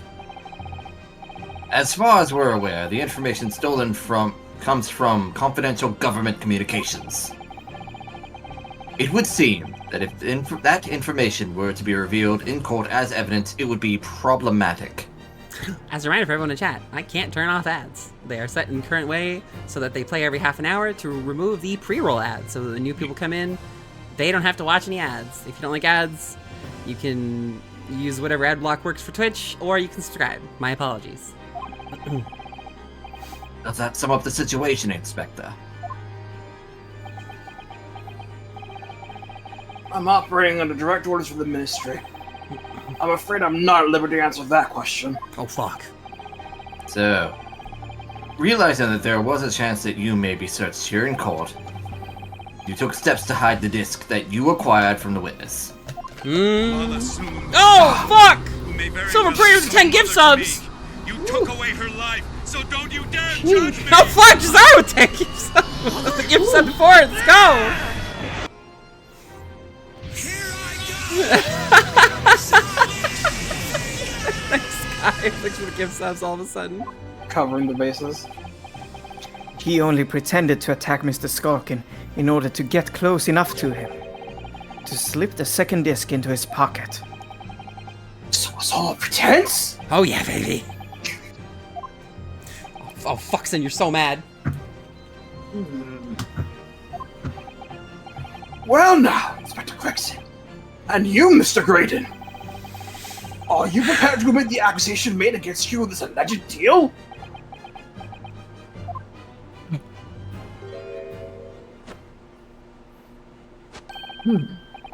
Admit to it. Yours truly. Please. Give up, dude! Mr. Graydon. Clearly, our Eastern visitor has an uncommonly active imagination. However, there's no proof that I passed that disc to the inspector.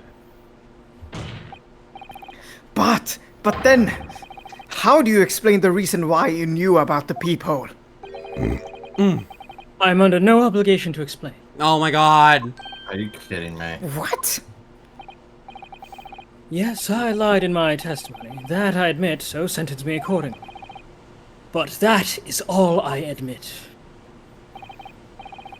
Murder, leaking government secrets, striking a deal with the detective. All of it is this Shit, young Nessa. Eastern man's fancy. I have no idea what any of that is about. Claro, don't do that in Twitch chat. I have an uncomfortable flashback to the final case of Investigations 1. Well, what about you then, Inspector Gregson? Do you admit to making a deal with Mr. Graydon in order to acquire the disc? Nope. Ladies and gents of the jury, as a Scotland Yard Inspector, I will declare this and nothing more. I am acting in the best interest of the country. Whatever I've done, in the name of justice. What the hell? What's going on? As members of the public of this fine country, I'd like to think that justice will be your guiding light when you're making your decisions. No. This is quite a quandary indeed. Rarely have I encountered such extraordinary tumultuousness at the concluding of a trial. Oh yeah, baby. Nevertheless, in the absence of any further evidence to be presented, I believe it is time that we put the matter to the jury for their final leanings. Oh no. As a fellow servant of Queen and country, I must say I sympathize with the old inspector. Yes, he's a dependable man, I'm quite sure. In service, one becomes a good judge of character. Even crossing your eyes doesn't help when it comes to looking at this case. It's all blurred to me. As a fellow professional, I'd like to put my faith in the detective, really. Graydon is highly skilled operator. Stop. Currently in presence of finals. Oh, Ah, God. jeez. Detective has very much trust in eyes. More than this, I cannot say. I don't believe it. The 6 jurors are... They're going to believe Gregson. If they declare their decision now. Is Jenny going to be found guilty? If I don't manage to produce some definitive evidence right now, then we're going to lose. Man. Either some proof that Graydon killed Mr. Winterbank or stole those government secrets, or some evidence to force Gregson into admitting that he struck a deal with the witness. Well then, counsel, I think it's time I impose on the jurors to declare their final decisions, no? That is, unless you have some compelling evidence you have thus far not presented to the court. If I let the judge call on the jurors to announce their leanings, Gina will be found guilty. So there's no choice then, Runo. You have to throw some more evidence at them. This is it now. It all comes down to this. Who do I present evidence against? Gregson or Graydon? Whoa. It's Gregson, right? We What does the we do we throw the have? music box because we know that it opens up. what does it matter if it opens up? Fuck. Because there's a second player, we can play both discs. And why does that matter? I don't know. Have they made a deal? I mean, I Why don't is it remember. important that it can? Why is it important that it can play 2 discs? Government secrets. Government secrets. So, what would happen if we played this small music box? government secrets. Yeah. Government secrets. Fact Right is, here, government secrets were out in the revealed to open, me. that he really doesn't want to happen. So we present the box to Gregson. It's an idea. Fuck. I've beaten this game and I can't remember. Make a save. What does the jury, that is, Ray, Doc, and Ron think? It seems highly reasonable to me. It makes sense. Yeah. It had to have been the music boxes. That It that has seems not like been a very, revealed you know, yet. And the it seems government like a secret very- thing is very like, make this dude break. And I'm so gonna it's like- fucking do it. It's we have the very caramel one. 2-4 present the video to, you know. There is one final piece of evidence I would like you to see, Inspector Gregson. Make the miracle happen. Make the miracle happen. What's that then? If you refuse to acknowledge that you did in fact strike a deal with the witness here today, then you leave us no choice but to examine this piece of evidence thoroughly. Well, go on. This is my last chance. It looks like I'm going to have to force his hand here. One final piece of evidence to get this detective to admit to the deal he clearly struck with Graydon. God, please work. Is that Mr. McGillen's peculiar music box, Counsel? Yes, with a disc already in place, ready to play. I think perhaps now would be a good time to listen to the sound produced by the music box again. Only this time, with the second disc we've just discovered set in place as well. Goodness! This Counsel? No! Wait! I can't let you do that! Why not? Because, well... Because it's got nothing to do with this case! That's why! Not true, Inspector! The defense has already proposed that the sounds heard by the court earlier from this music box were part of a Morse code message. Fuck, baby. We know that Morse code comprises of 2 distinct tones. The defense believes that the second disc contains the second tone needed to complete the message. And now we have a chance to confirm that theory. For crying out loud, Sunshine! We're talking about state secrets here! If you let go of the whole courtroom entire confidential information like this, it's treason! Then do you admit the charge?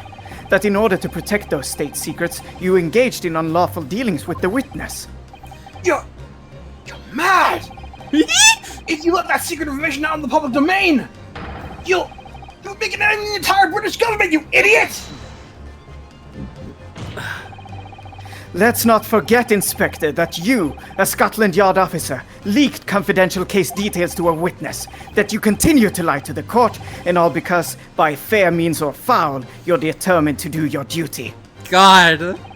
Well, by fair means or foul, I'm prepared to do mine. Yeah, Ryunosuke! Don't you dare! I will stop at nothing to protect my client. I don't care who I make an enemy of. Yeah, Ryunosuke! God. He's enjoying this! My lord, if you please. The court must hear the sounds made by that music box. Come on, Van Zeke, for Pete's sake! Stop him! Objection!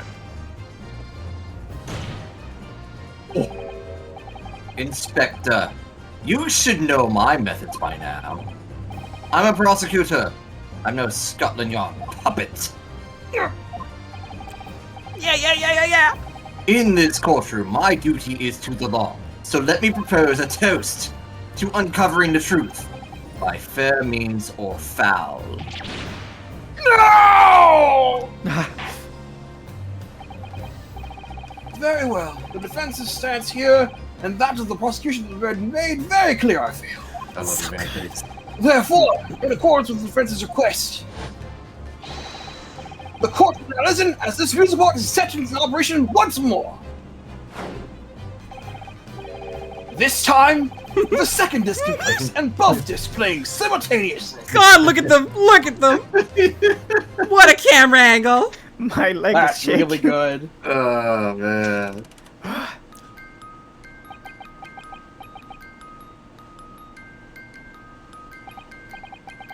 Oh, listen to that. It's Morse code. Alright, I admit it! Whatever you want, but for the love of God, shut that blooming box up!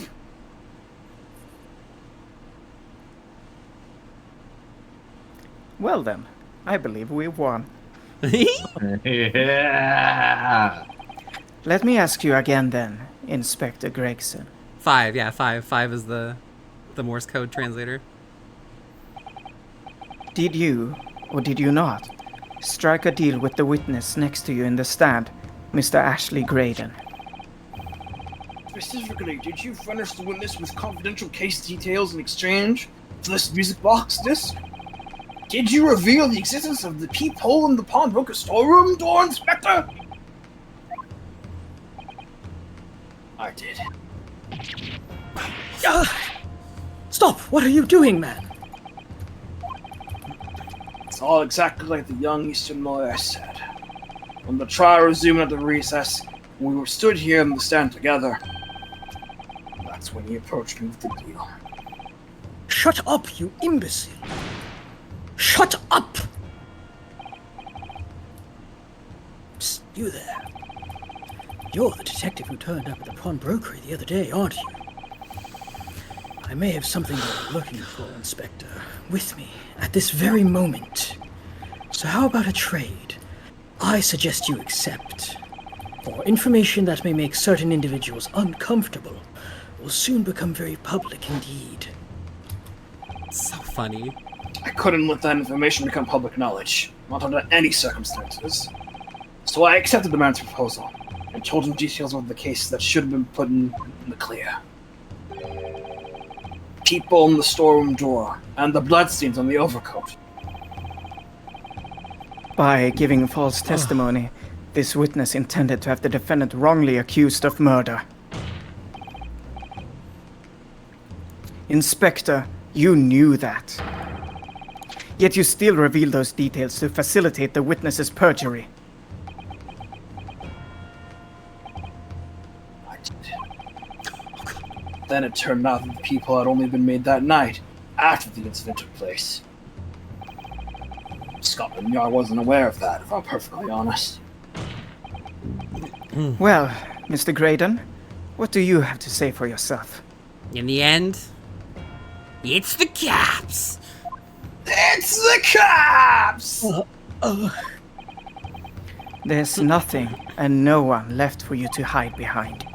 You struck a deal with the inspector in order to escape conviction of a very serious crime. Namely this. You are the third intruder who broke into the pawnbrokery on the night in question. And you perpetrated the murder of the proprietor, Mr. Pop Windybank. You... Oh! Oh. Traitor! Holy shit! Whoa!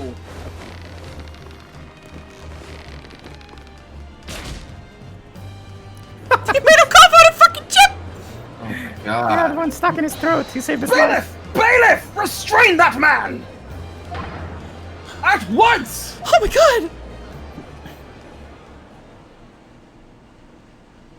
Holy shit.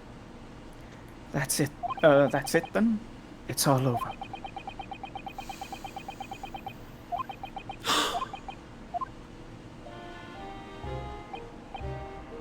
Duck. Oh, this is me. Sorry. I despise my life growing up. Those slums are vile places. Oh, I was cursed from birth, born into poverty, the son of a penniless artisan. My parents did nothing but quarrel all day long. What little money they had was never spent on me. or am I clicking? So I set about studying, to better myself, to one day escape from that hellhole. And you eventually became a communications officer. I admire your determination.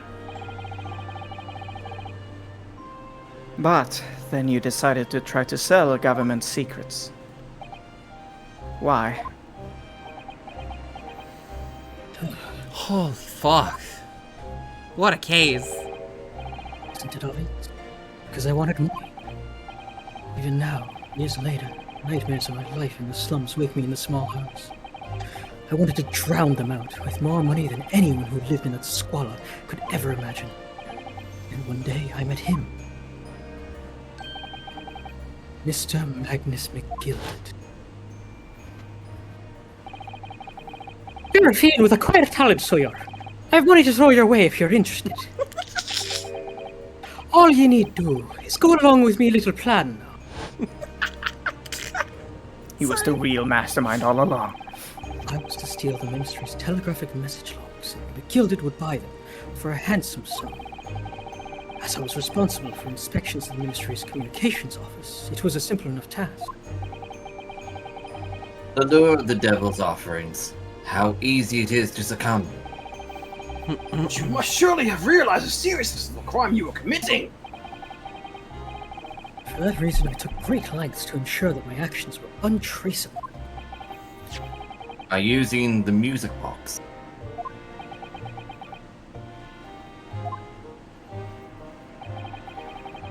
My father was a brickmaker, though my mother divorced him when I was still a child. Yes, Mr. Mason Milverton. That's right. He was very skilled with his hands. He'd once been a music maker's apprentice. I imagine his skills would be sufficient to create a machine that would generate Morse code. So I sought out my father again to employ his services. It was the first time I'd seen him since I left the slums 10 years earlier.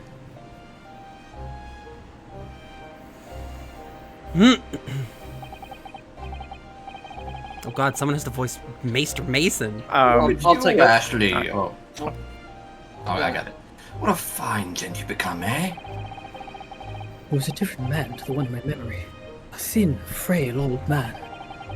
But poverty had never broken him, never corrupted him like it had me. I was sure that he wouldn't help me if I told him the real reason. So I made up a story.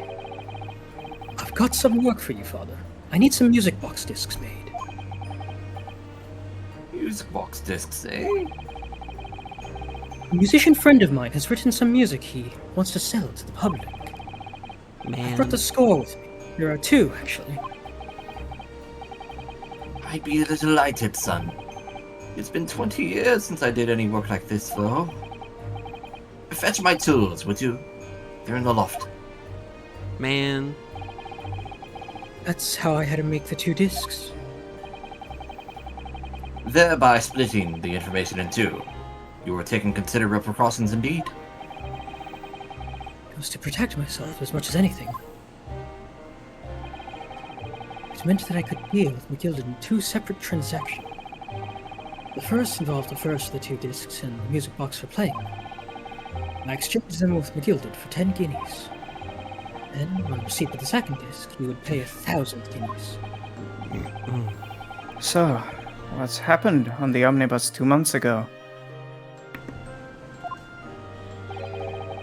Was the second part of a deal. The exchange of the second disc. Yes. I'd sold the man information that way a number of times already. But it seems he became reluctant to part with his money. That doesn't quite make sense, Mr. Green. For why wasn't that not omnibus 2 months ago? Your father, Mr. Milverton, was the one dealing with Mr. McGilded, not yourself. Why indeed? When I received the 1,000 guineas after my first completed dealings with McGilded, I decided to give 200 to my father for his troubles.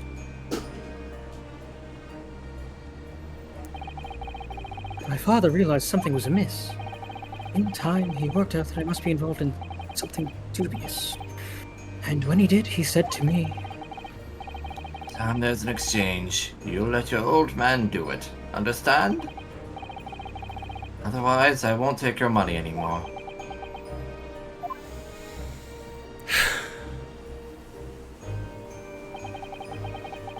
that was my father's way of dealing with it, I suppose. Climb into the omnibus, hand over the second disc, and take the money from McGilded. That's it.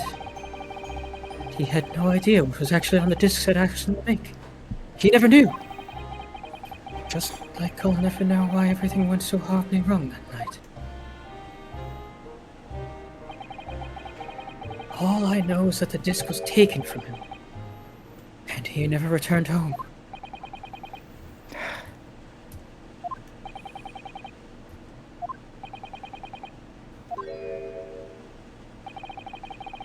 It was only then that I found out what sort of a monster McGilded really was. So after 10 years of not once uttering it, I swore on my father's name.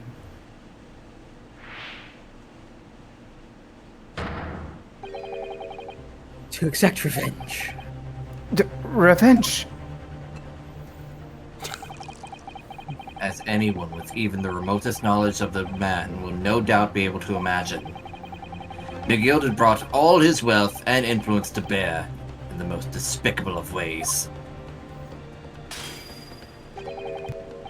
To crush any semblance of justice in his trial.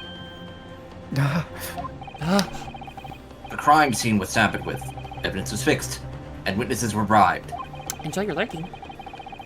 That trial 2 months ago was a farce from start to finish. My feet had barely touched British soil back then. And I walked into that hornet's nest, completely unaware of the sinister background to it all. I'd made plenty of money out of my dealings with McGilded. So I spared nothing in my arrangements 2 months ago. I know exactly who to hire. Oh, his cane is fixed. If you're willing to pay the price, there are people in the city willing to do anything you ask. McGilded himself had shown me that. Are you saying that? I think you have the picture now. After he twisted everything to his favor in this courtroom to ensure that he walked free. I took matters into my own hands and delivered the justice that monster deserved. He set that man on fire. He sure did. Or he paid someone to set him on fire. Well, he orchestrated that man being set on fire. That tragic accident following the trial here 2 months ago was planned and executed by yours truly. Based? Damn. Question mark? Toasty. McGilded's death that day was caused by this man. Based murder? Question mark?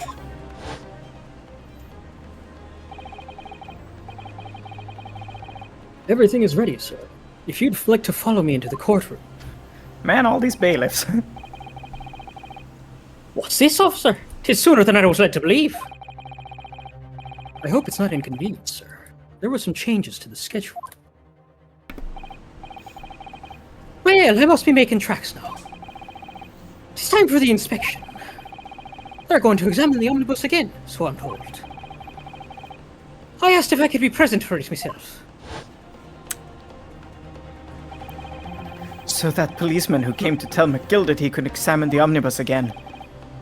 That's right, an imposter hired by me. Oh shit. McGilded used his wealth to manipulate the trial. He paid people to adulterate the omnibus with all manner of false evidence. He threatened witnesses to lie in their testimony.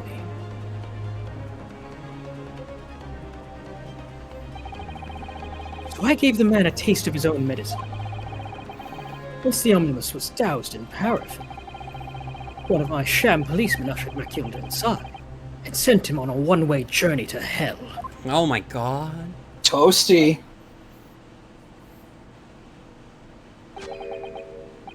An eye for an eye. That's how I avenged my father's death. Ross that swag right, coat, Beanie? Kino. A spine-chilling account indeed. Well, that wasn't the end of it for me. There was a loose end, you see. A loose end. Yes. I should think it's obvious. The second disc, which my father had taken to exchange with McGilded. Ah, yes. There was indeed no mention of it in the man's trial 2 months ago. Merely because it had been removed from the scene of the crime. When I realized it was missing, I remembered something.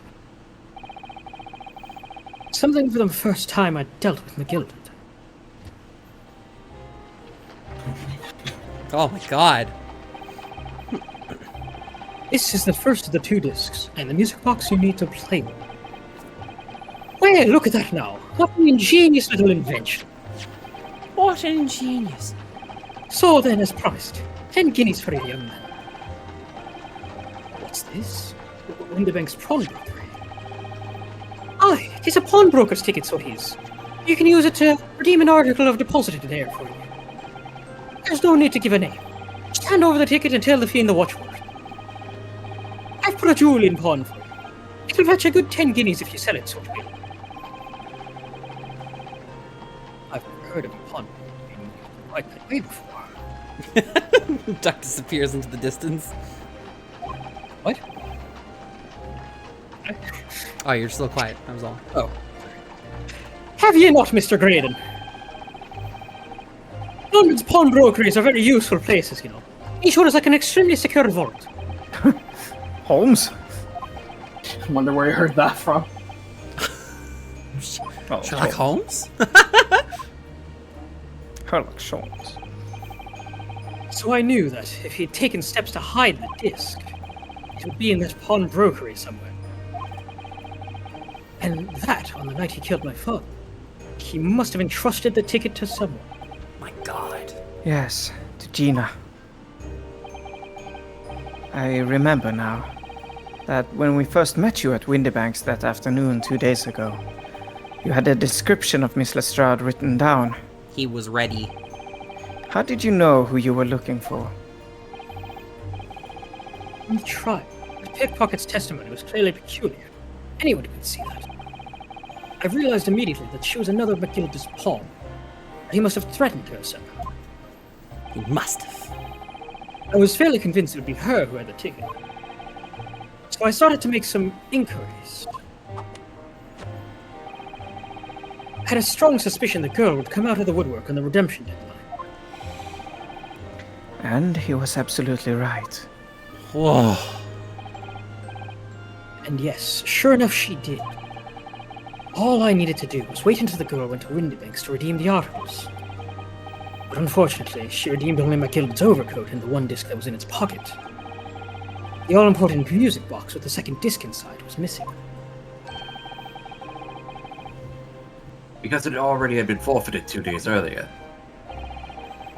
But I was unaware of that fact. Had I not been, I could have avoided my nighttime excursion. Meanwhile, as our investigation into the stolen government secrets was progressing, we picked up on the fact that McGilded was involved. Inspector, you've recovered fast. My orders were to recover the stolen information as quickly as possible. We started gathering the fellow's possessions and examining what we could lay our hands on. We had a full-scale investigation going on at the yard. We had to keep it as quiet as we could. Then, when the inspector here took the disc from me in that pawnbrokery that day, I became nervous. Ah! I was sure the music box and the second disc were still there in the shop somewhere. So I knew that it was a race against time. I had to find those articles before the police did. We are learning so much. So that's what prompted you to break into the place that same night. With the help of your old friends, the Skulkin brothers. Brothers. What happened that night in the pawnbrokery, I can only describe as a nightmare. While Nash and Ringo were searching the counter, I'd located the music box I'd sold to McGilded on the shelves of forfeited articles. And the second disc was inside. Yes. I slipped it into my pocket with a very deep sigh of relief. Then, something entirely unexpected happened. Ron. What are you doing in my shop? I'm dead again. A gunshot rang out in the shop, and I felt a sharp pain in my left arm. The broker fired his gun, and the bullet pierced your limb. Yes, exactly. But unfortunately, I decided to bring my own gun with me that night, just in case. Man. Before I knew it was happening, I'd fired back. The man had already turned to flee. I hadn't intended to fire in his direction, much less kill him. But unfortunately for both of us, the bullet hit home. It struck him in the middle of his back as he fled through the storm door for refuge. A sorry tale. It all took place in the blink of an eye. I don't imagine Nash and Ringo even realized what had happened at first. I was terrified, so I fled. And that's the whole story. That's everything that happened on Windibax on that wretched night.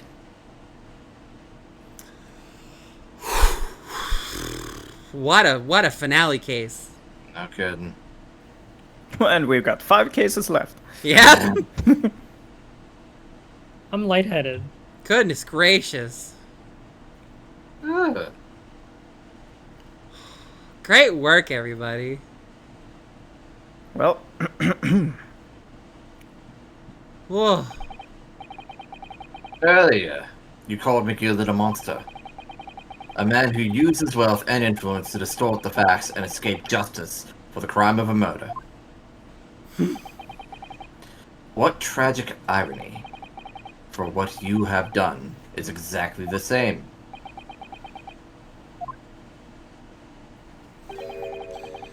You become the very monster you saw and despised so deeply in McGill did. He fights monsters.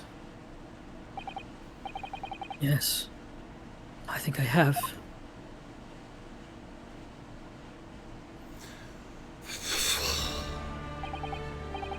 Fucking wubba wubba. We're done. This has been a long and exhausting trial. You're No telling fucking me. kidding. 3 streams of it. Ah. However, it would seem that at last we have arrived at the truth.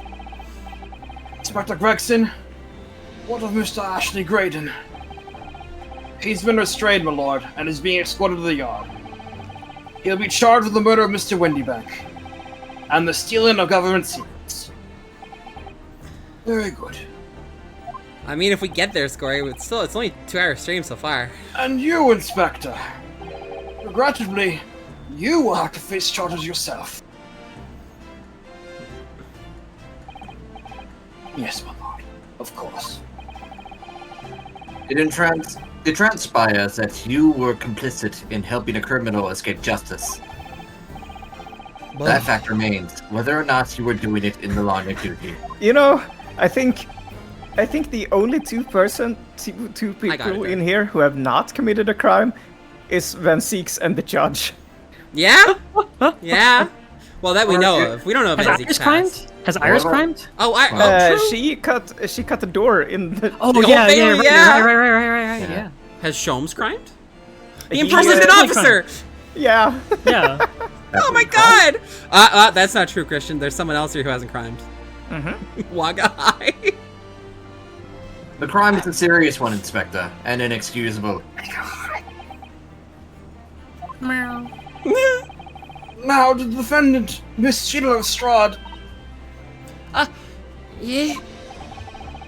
It is time for the final adjudication. Is the jury ready, Mr. Foreman? Yes, sir. Garrett of Squadron standing by, sir. This really is it now. The last push, the final call, the finishing whistle. My men are ready to deliver the verdicts. Thank you, Mr. Foreman.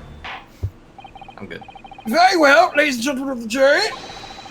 You will now declare your final decisions for the court. Not guilty. Not guilty. Not guilty. Not guilty. Not guilty. Not guilty.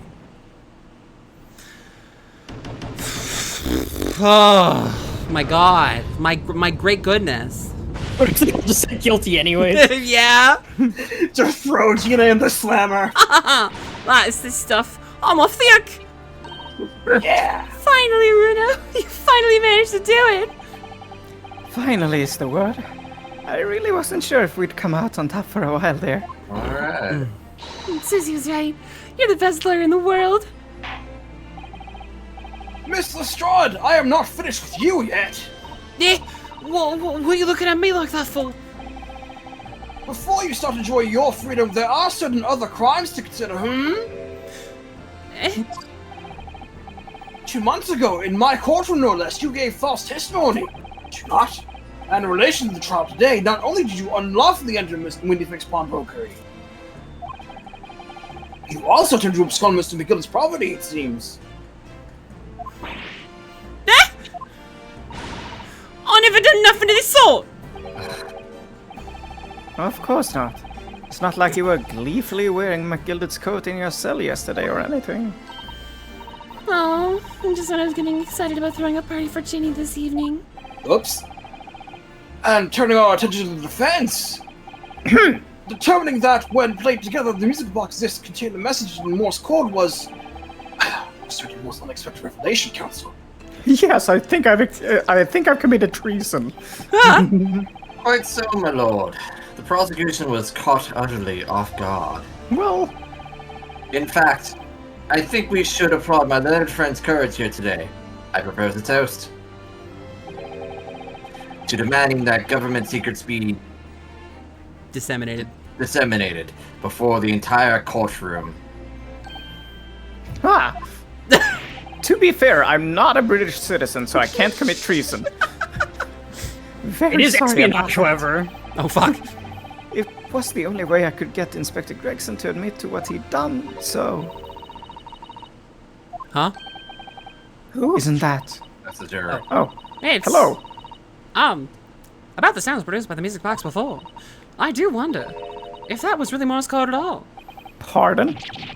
What are you saying, madam? Did we bluff him to this? Oh, well, it's just that I'm really rather fanatical when it comes to Morse code, you see. So much that the whole world seems to be covered in dots and dashes to me, in fact. Goodness, madame, an unhealthy level of obsession one feels. But I must say that in my opinion, the sounds produced by those two discs were nothing more than that. A meaningless series of two different tones. What? Can that really be?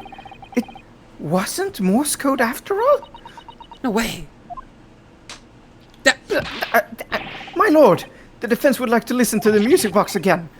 Are you off your nut? How many times do I have to tell you this disc contains ministerial secrets, sunshine?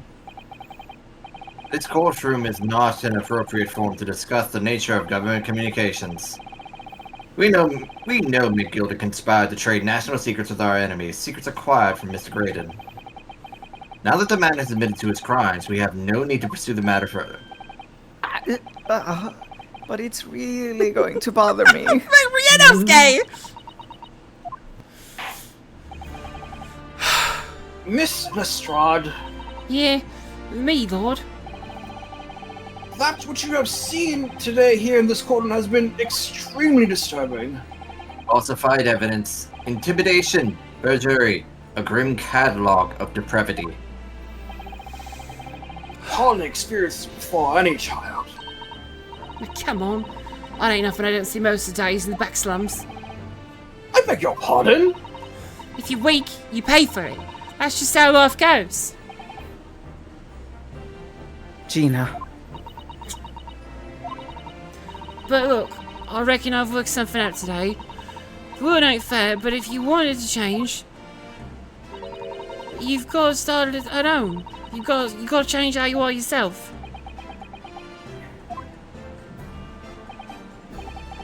Well, it's a very laudable lesson, I would say. I eagerly look forward to the born-again Mr. Lestrade never gracing my courtroom with her presence again. Whoops! Now, got to the murder of Mr. Pop Windybank, proprietor of a pawnbrokery business on Baker Street. For what it's worth, I don't think she's accused of anything ever again. But she will be back in the court eventually. I hereby declare the defendant, Miss Gina Lestrade, not guilty. Oh! We've done it! Fireworks fly. My God! Pop that confetti. No! Let's go! Yay! Yay! As a juror, as a witness, perhaps. That is all. Court is adjourned. Please get out of my courtroom now. Ah. Oh man. I have had no water to drink this entire time. I could go for some of that swig right now. Get a drink right now, Ray. It's gonna be Ron and Christian talking themselves for a minute. Right. On a personal note, I must say you've surprised me, my far eastern friend. Oh, Despite being a Nipponese, you saw through the pretense to the malice that festered within that Englishman. And at the same time, saw through the grime to the surprising heart of your English client. You have a curious talent for judging character, especially considering our very different cultures. You don't say. A very different cultures.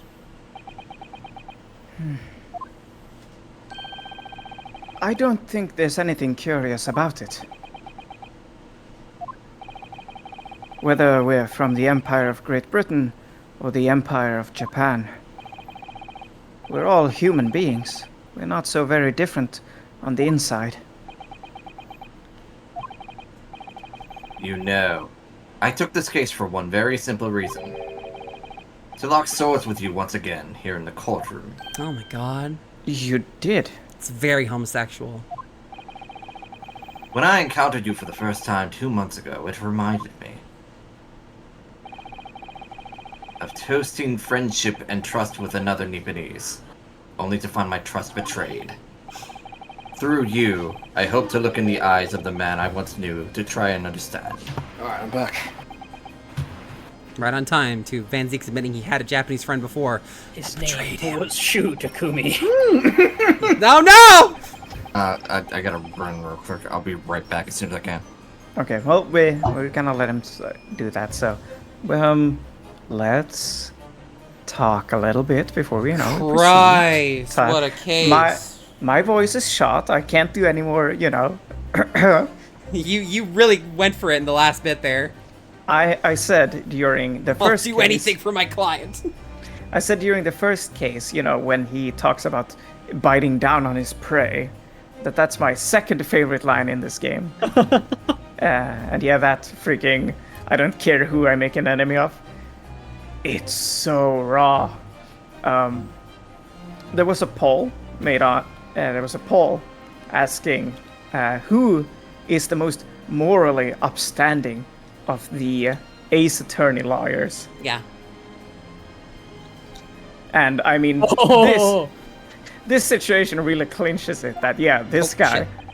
That's right. When I click out of the game.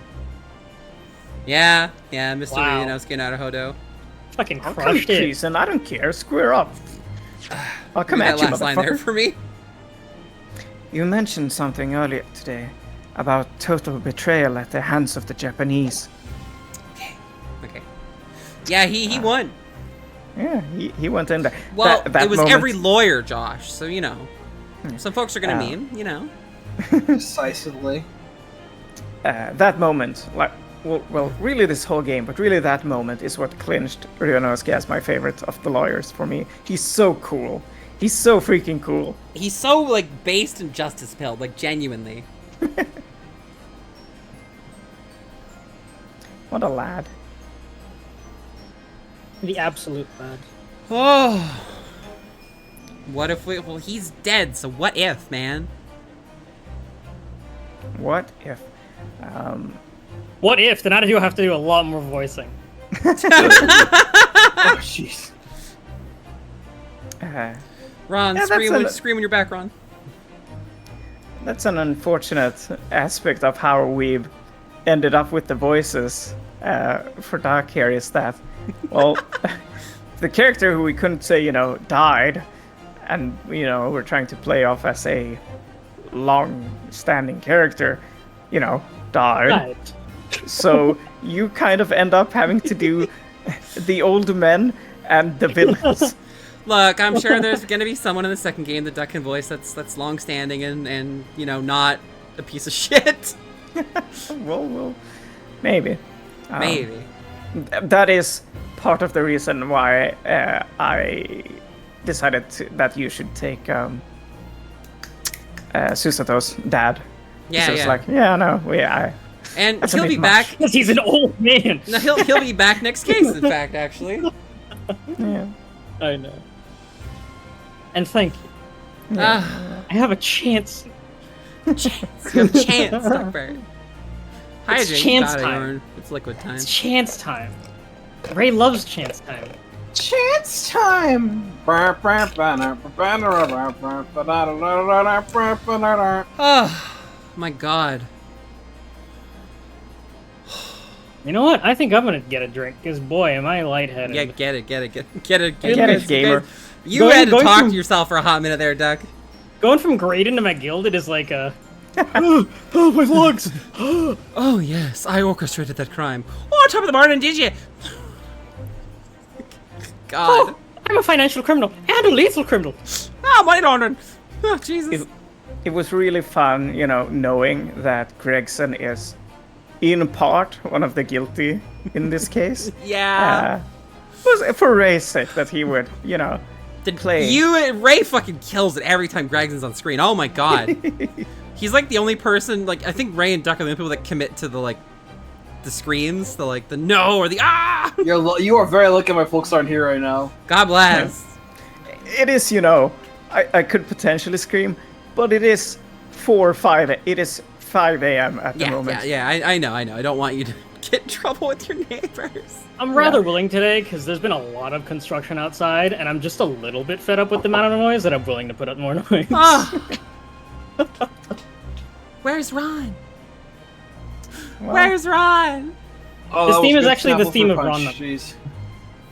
Now, Theme of Ron's I absence. will say, the next case, the first case of the second game, will be a lot of me talking to myself. I don't remember anything about besides who the attorney is. There are 3 women I have to voice in that case. I mean, they don't have to all be you. Oh yeah? Yeah, Christian's volunteering. See? No, there is one My heart character. goes out to you, Mel. There is one character I have to take, otherwise I won't have anyone. Yeah, Oh. yeah. You have to play the cool murder character. Alright, water time. Water time. Water time. Duck will be able to voice Water him in that time. case too, yeah. Also, now we can do all the escapades whenever we want. Cause, Whatever we we've beaten- want! Because they're only Yeah, based on the we've first beat- game, right? Yes. Oh my goodness. We do technically still have one left before the start of this case, but the last 2 are after this case. Apparently. If Merc had the confidence, I would genuinely welcome him in for this next case, but I don't know if he does. Alley-oop.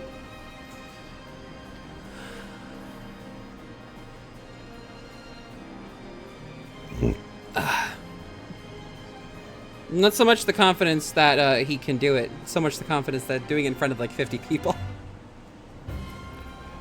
I just imagine you all naked.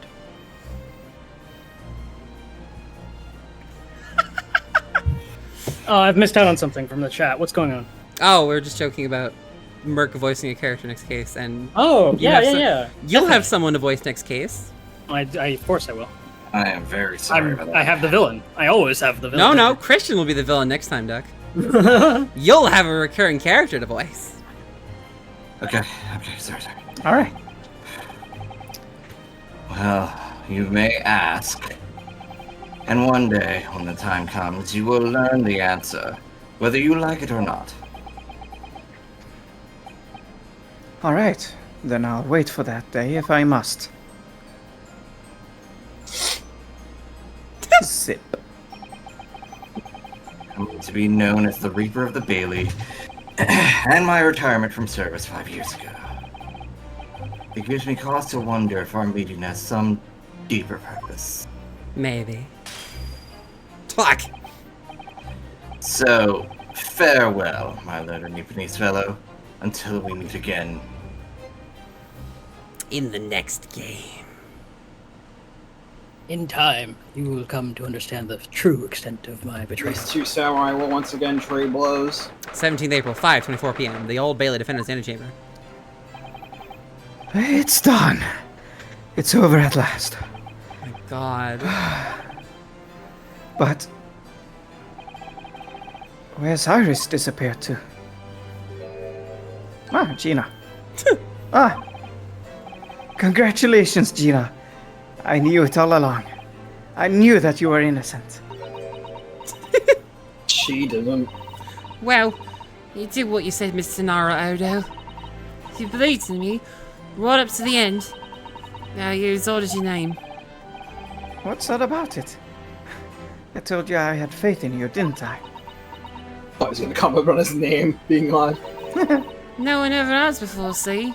Because I promised, I mean, properly. That's awful. Well, I figured something out today. All my life growing up in the slums, I never trusted no one. But that's just because I've been scared of being stabbed in the back. I mean, the more you trust someone, the more it hurts them to let you down. Foreshadowing. Yes, I think I can understand that. After all, I had a taste of it in that trial 2 months ago. I chose to trust someone and paid for it. That betrayal left a big scar. You know, though, Gina, I worked something out quite recently too. Trusting in someone else is really an exercise in learning to trust yourself. And when your gut tells you it's the right thing to do and your trust is rewarded, there's no better feeling in the world. Why didn't I say that out loud? Why didn't I you? think I think I have you to thank for reminding me of that valuable lesson that I didn't say out loud. Oh, well, if you say so. Don't make a fat lot of sense to me, though. I'm trying to say that putting my faith in you, Gina, has been a real pleasure. Oh, for crying out loud, pack it in! But I suppose I sort of feel the same way. I mean, sometimes trusting someone else is, you know, alright. Thanks. Aww. You're alright, Gina. Duck! He's Wait, getting did a he- drink! Oh did you- no! Okay. This is the way I see it, Rinosuke. A defense lawyer is only as good as his faith in his client. I was just about to say earlier, maybe Duck will get to voice some flashbacks of Kazuma. And that comes down to how much faith he has in himself. After this experience, I'm starting to feel like I understand what you mean. Kazuma, am I living up to your expectations? Am I turning out to be the lawyer you believed I could be?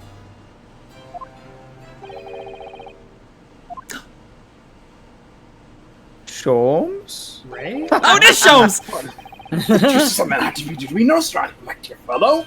The other one turned to look at him. Oh, that voice! It's too late for that voice now, Mr. Naruto. Committing crimes again? I've been standing here patiently in the corner of the room for eternity. Ha ha! Yes, it was me all along. I said when finally you noticed me. But you people, with your incessant babbling! Ah! Mr. Sholmes! Ha ha! Yes, it was me all along. You see? He's so cute. God! Fucking love this guy. I I'd assumed you'd been taken back to the hospital, to be honest. Indeed I was. But I managed to escape again. Oh my god! Oh, God! Okay. I happen to be aware of one or two foibles of the doctor was telling to me. same actually. I immediately made my knowledge of them known to the man, and he happily issued me with a leave of absence. How very above board. What a dummy. But enough of my adventures. That was a fine victory, Mr. Hoda. Talus was justly rewarded, I feel. Congratulations on it. As a close friend, I tip my hat to you. Oh, thank you. Stretchy time. Some great detective you are. Great at being ice is cold, maybe. Cold as ice, not ice is cold. Fuck. Have I irked you in some Ice way, is Mr. Have I irked you in some way, Mr. Strahd? Well, you've been having a sneeze in your nice soft bed. Some of us have been fighting for our lives. Ah, well. That bullet did cause me to lose a substantial amount of blood, it's true. So I have indeed been somewhat cold. Not perhaps cold as ice, but, well, have a feel. Could you take your hands off my neck, please, Mr. Sholmes? And in some way, I suppose. Congratulations on over for you too, Mr. Strahd.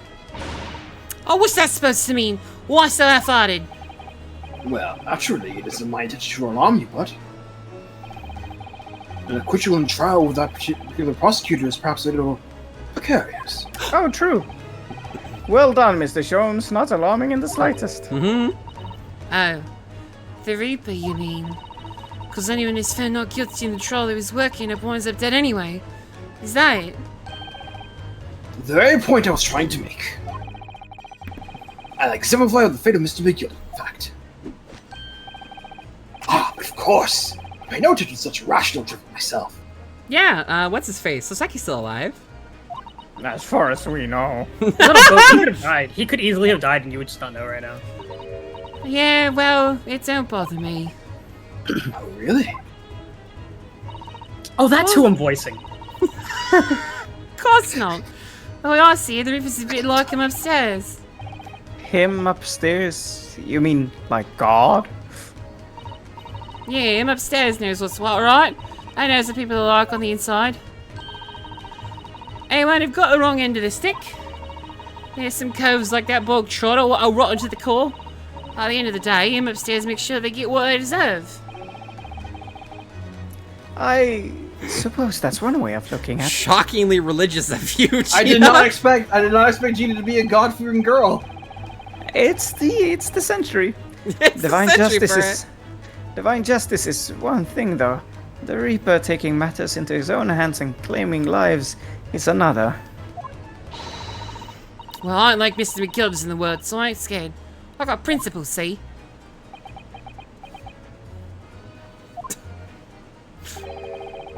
A trait in you which should be admired, Mr. Strong. Oi! Just give it a rest, alright? As I was saying, congratulations are in order. The news of your acquittal was very welcome news to me indeed. Let me express my heartfelt congratulations, Gina. Well, there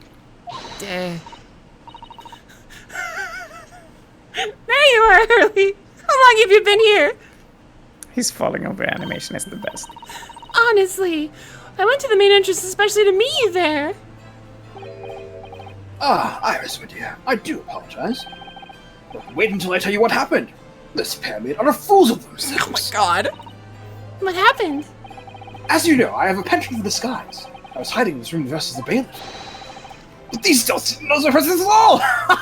They had no idea! Can you imagine, Iris? Would you credit it? Oh my god! I'm not sure, really. I beg your pardon? I'm sorry, Hurley, but you just don't have the weighty presence you seem to think you have. In fact, you really ought to be careful about that. It's going to land you in trouble one day.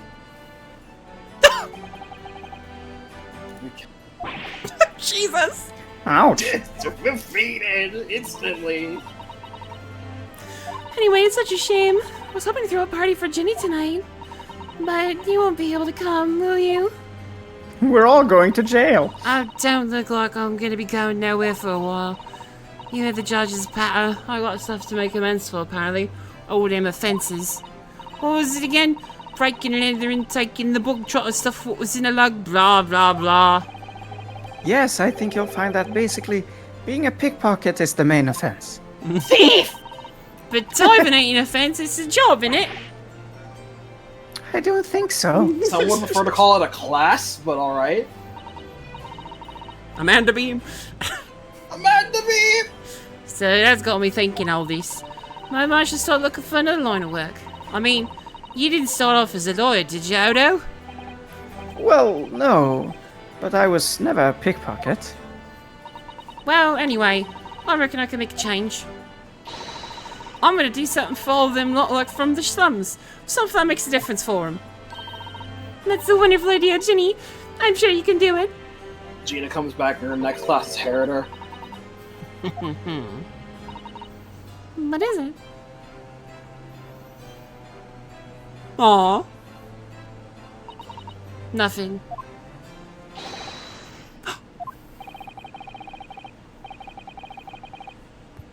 The prison carriage has arrived, ma'am. Come with me to the rear gate at once. I have one bailiff voice. That's a lie. Well, looks like I'm off then. Yes. Goodbye, Gina. And good luck. Bang! Ah! Oh, jeez.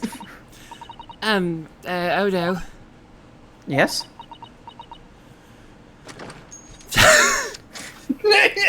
One for the road. One for the Hey, road. I think you will suffice. What was that for? I don't know. I mean, I don't know what to say, so... Ah, indeed. Perhaps the situation calls for a phrase hitherto missing from your vocabulary, Mr. Strahd. Eh? On occasions such as this, I would recommend a simple thank you. Oh. Oh, yes. It's good advice, Jenny. Right, I see. Well...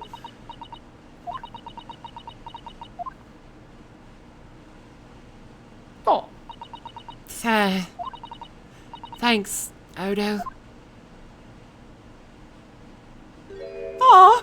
Ah, jeez! Thank you for everything what you've done, for believing in me. Not at all. In fact, that should be my line. Thank you, Gina.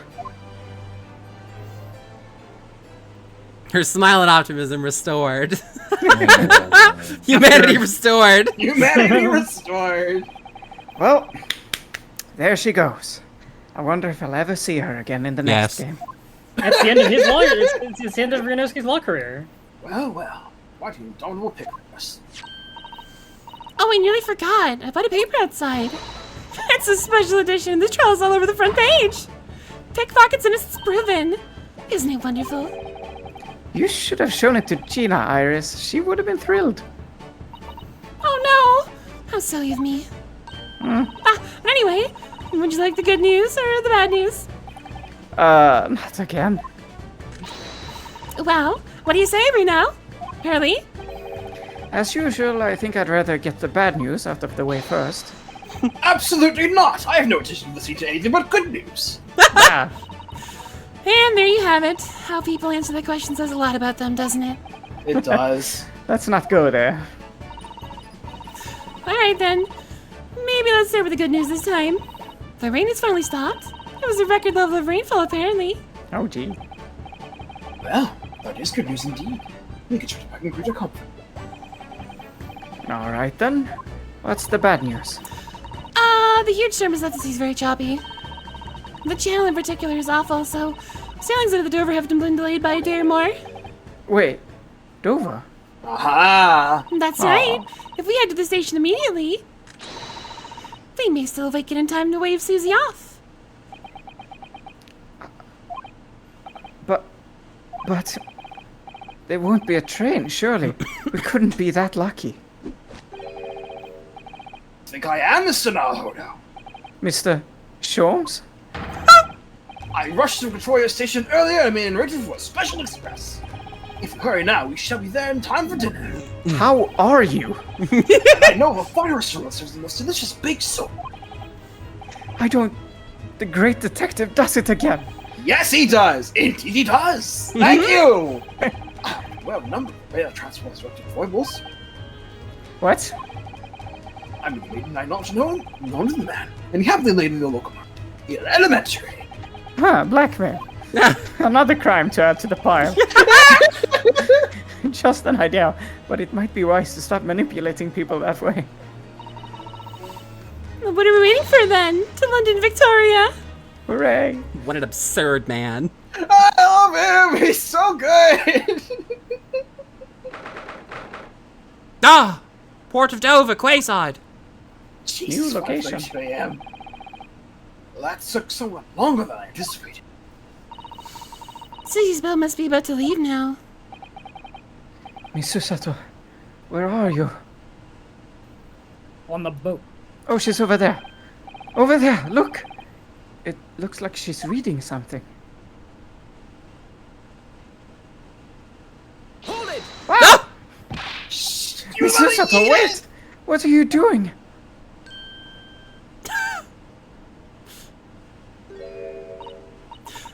Mr. Naruto, what are you doing here? We came as soon as we could after the trial. I mean, we heard that sailings were being delayed due to the bad weather, you see. Oh, I see. Then tell me, how did Gina's trial go? It went well. She was acquitted.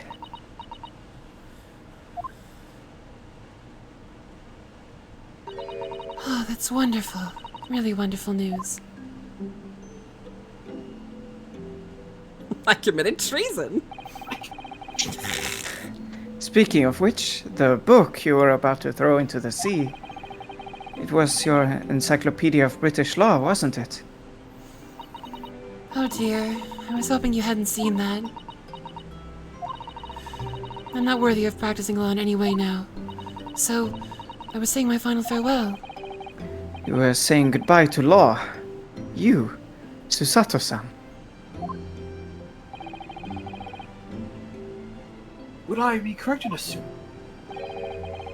it's because of the peephole, Susan?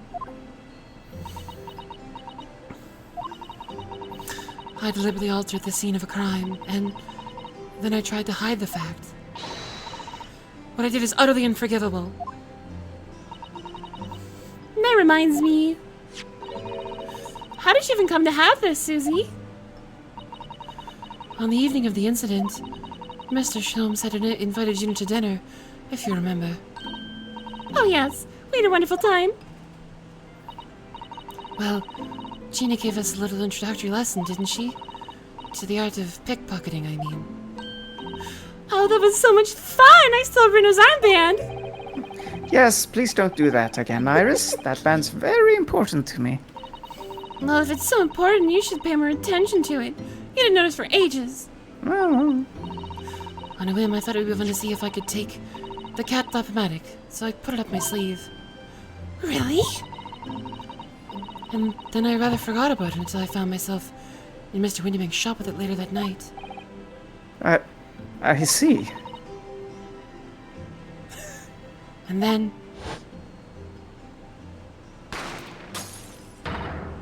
Oh!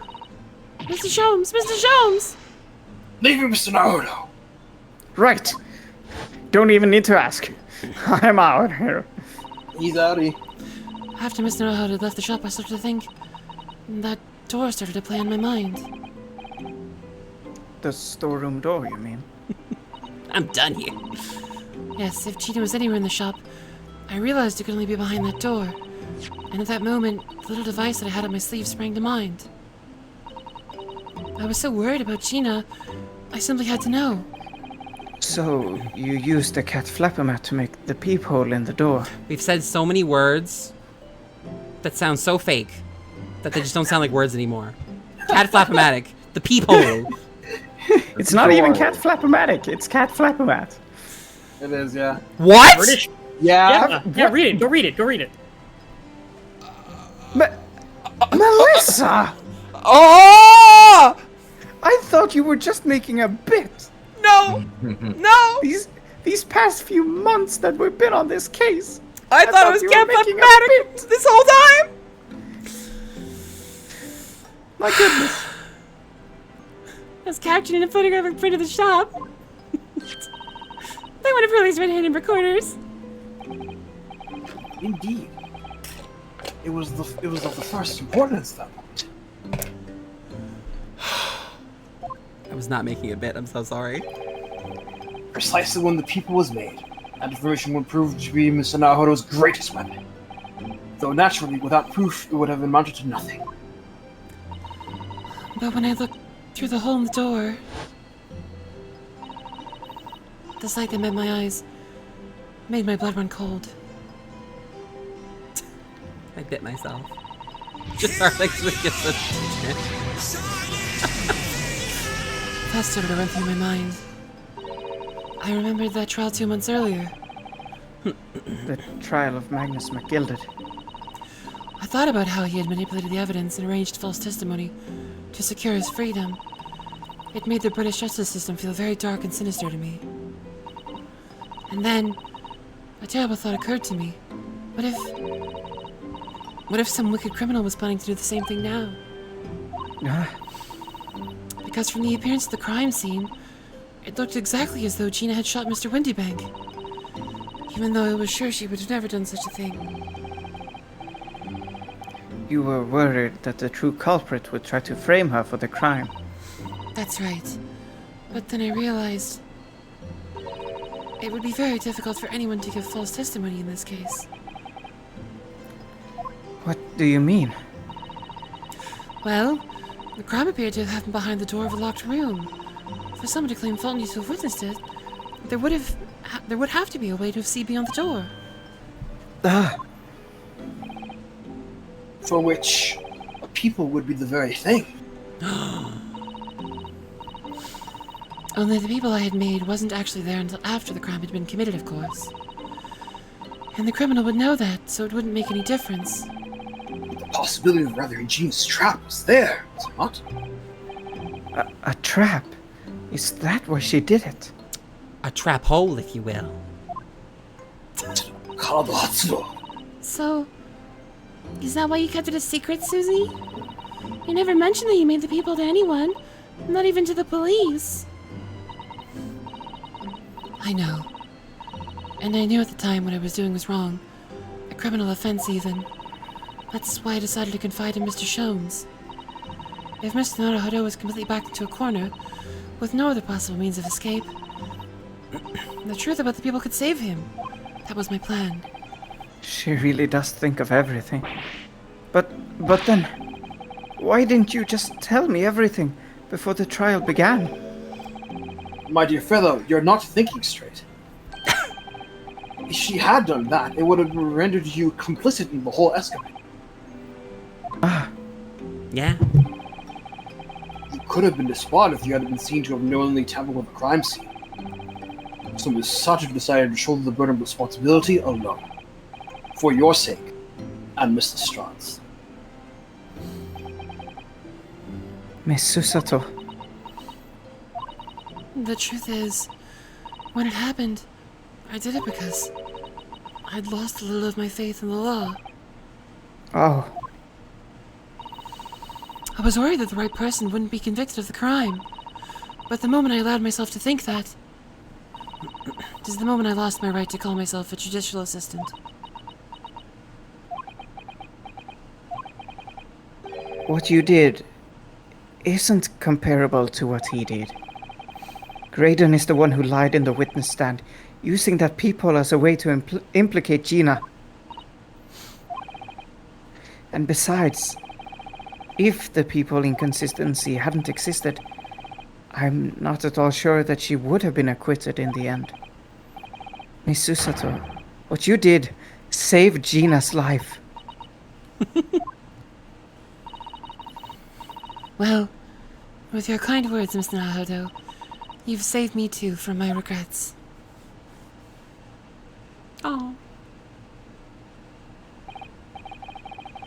Well, We must all be thankful that Miss Lestrade's freedom has been assured.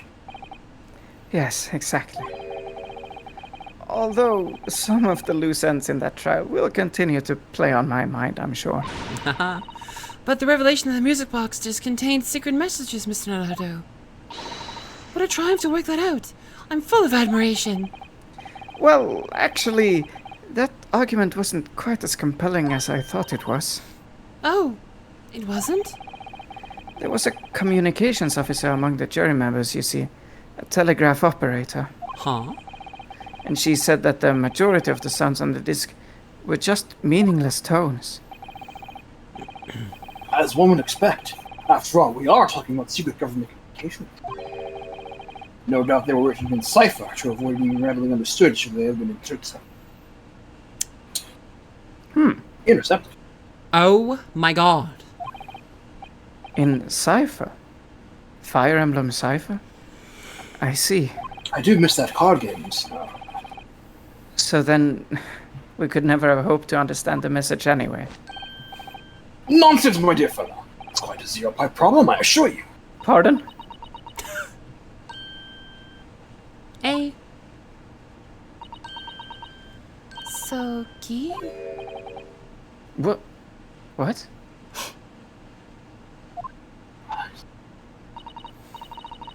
Well, that can't be a real word, can it? How funny. Wait, Iris, what did you just say? Oh, I just said asogi.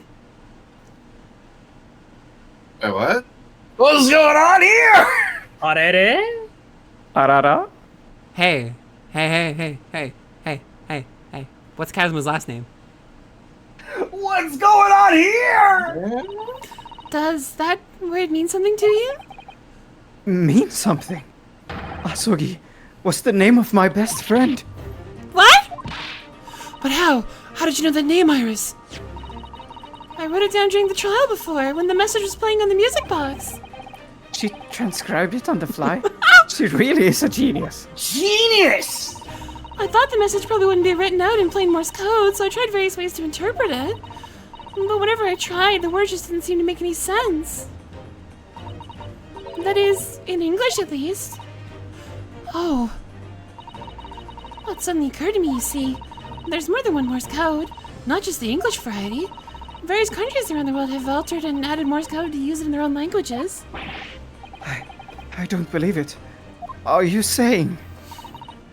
That's right. I've only actually seen a chart of Japanese Morse code once before.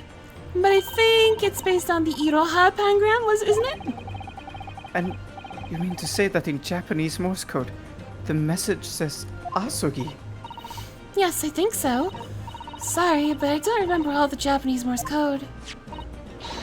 Iris, would you let me see that? Miss Susato, do you know it? Do you know Japanese Morse code? Yes, I spent some time studying it. Because I'm quite sure Morse code will become ever more important in the international community. No fucking way. What's in the communications? Oh, now we're committing treason. Then might I recommend, my dear madame, you focus your efforts on the English version? Ah, well, Damn. whatever. Be that as it may, Iris, show me the message, please. Yeah, this is gonna be actual treason in a moment. Of course. Four people committing treason on a pier at fucking 5 a.m. in Britain. 5:30. What's in it? What's in it? But what can this possibly mean? Whatever is in that long sequence of supposedly meaningless dots and dashes. It's made the color drain from Susato-san's face. There's no doubt that this message is written in Japanese Morse code. So the British Empire has been using Japanese for its secret communications. I don't understand the reason why, but the message appears to be a list of 4 people's names. 4 names. The first is Kei Asogi. Oh. Kazuma Asugi. Why? Why was his name on that disc? The second is A. Shin. Shin? I don't recognize that name. The third is T. Guregu-san. Great, Sid. Today, Greg Saul. Gregson! It would seem Tobias Gregson is the third man on the list. And what's his name doing in a secret government communication as well? And the last name. What's the matter, Miss Susato? It's just so strange. So unexpected. Oh, what is it, Susie? Don't keep us in suspense. The last name is J. Wilson. Holy fuck. Well, Holy fuck. Sequel hook! Sequel hook! Sequel hook! how does it all connect? Wilson? John H. Wilson? You mean Daddy? Yeah, the one who died. Shit, I mean, no. It says only J. Wilson, so I'm afraid I can't be sure. Then, after the 4 names, it reads, if I translate from Japanese, that is all 4. And that's the end of the message. Or rather, the end of what you noted down, Iris. I just can't believe it. Who would have ever thought that those discs contained Japanese Morse code? Not to mention a strange list of some disturbingly familiar names. It would appear that this particular message is communication of some kind between Great Britain and the Empire of Japan. Oh yeah, baby. So, Daddy could be in Japan then. Where's Susie and Reno come from? Nobody told her. Oh, well. Nobody told her. No, it's not very likely, really, is it? I mean, there are thousands of people with the surname Wilson, and there must be lots of J's among them. Professor John H. Wilson, Fuck! visiting professor of medicine at the Imperial Yume University. So Kazuma and Wilson are dead, and they're on a list of 4 people. Gregson's still alive. Gregson is alive. Yeah. And we And don't know who Shin whoever is. A Shin is. But we can't tell Iris about that now. We just can't. I'm sure it won't bite you later. Holy fuck. This is so strange. Somehow in solving the case of Mr. Winterbank's murder today, I feel like I rolled back a boulder at the mouth of a very dark cave.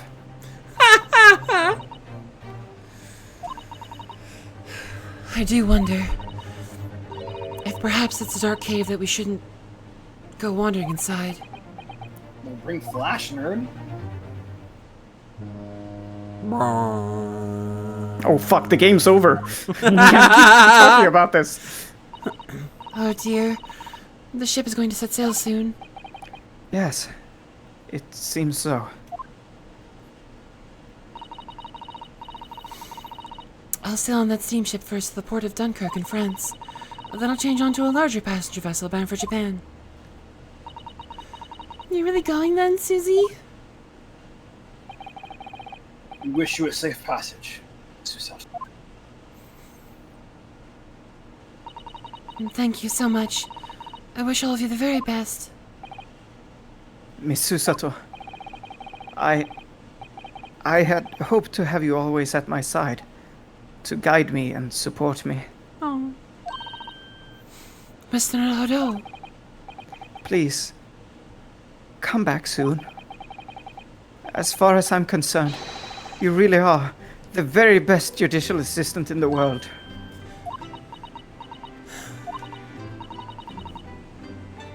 I'm quite sure. I'll be back before you know it. That's it. Give her that confidence boost. Really, Susie? Oh, no, don't forget, Iris. I made you a promise I've yet to fulfill. A promise? About your manuscript. The fucking book! There's another sequel hook for you. Oh yeah, baby. Hounds of the Baskervilles. Oh yes, the Hound of the Baskervilles. Remember our promise. Well, I'll be waiting for you then, Susie. A promise is a promise. Yakuza. Definitely, Iris. Goodbye, Susato. Farewell.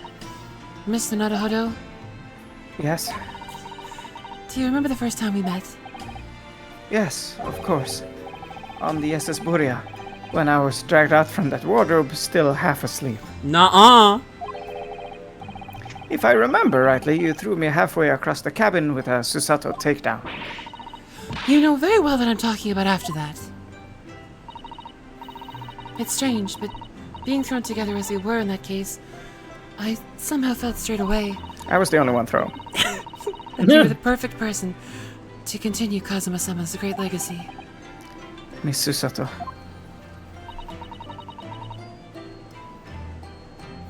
And my instincts were right. I really want to believe... No, I'm sure that... I'll be back soon. Farewell until then. My God. Farewell.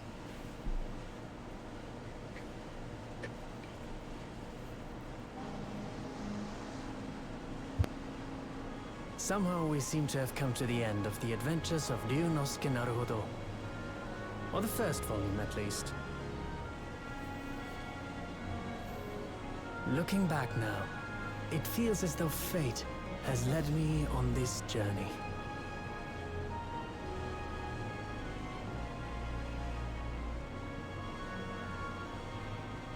Fate led me to becoming a lawyer, to traveling halfway around the world, to meeting the great detective. I'm sure there'll be trials and tribulations ahead. Of course there will. Fuck. But whatever happens, I know I'll be able to turn my fortunes around.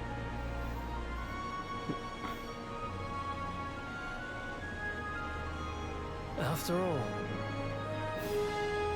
I have the greatest friends in the world on my side.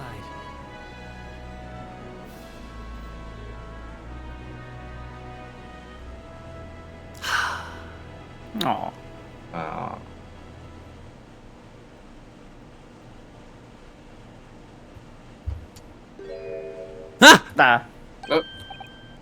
Ah, yes, Mr. Naruto.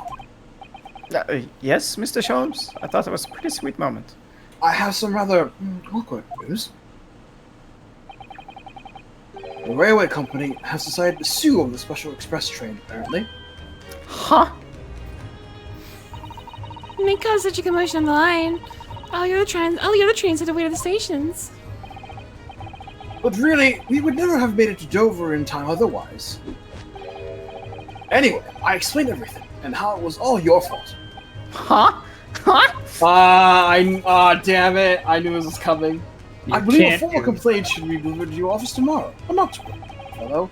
According to Miss Sato. You love defending yourself in court. Huh? This is one hell of a callback. It's alright. I'm perfectly happy to testify. He really didn't look like the sort of man who'd do something so outrageous. See? Mr. Sholmes. Yes. A word, if you don't mind. Why, certainly. Any word you like. Better word out, my dear.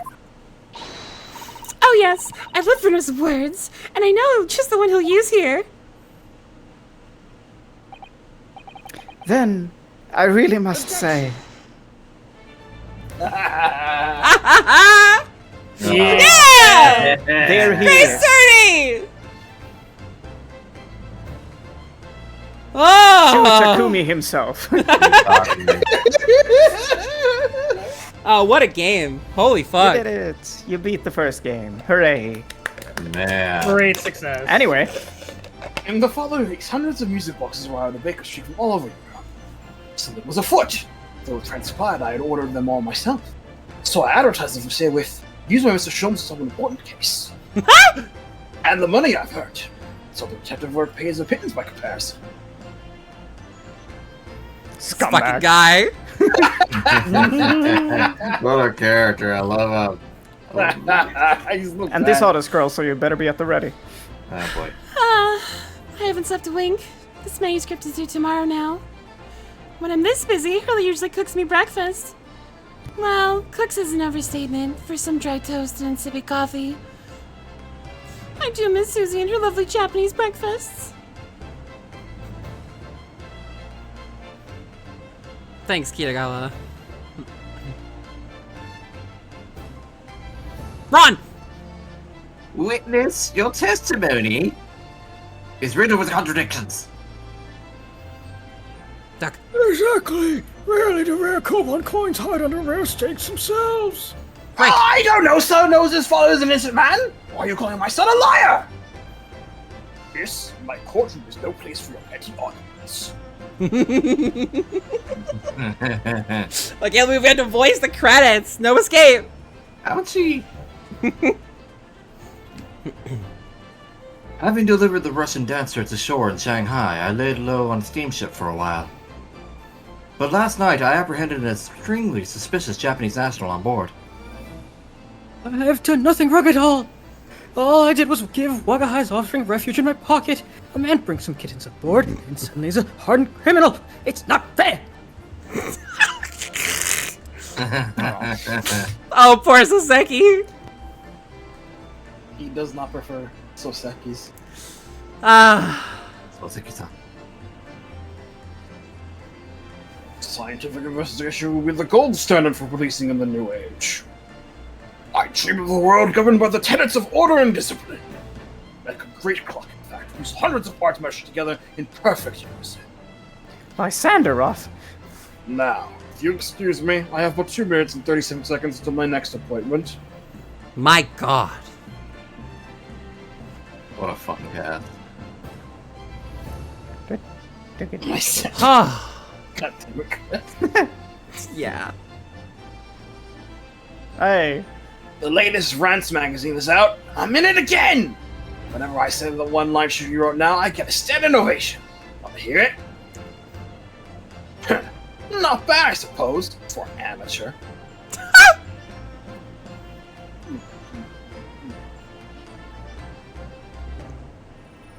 Her ladyship puts me to shame.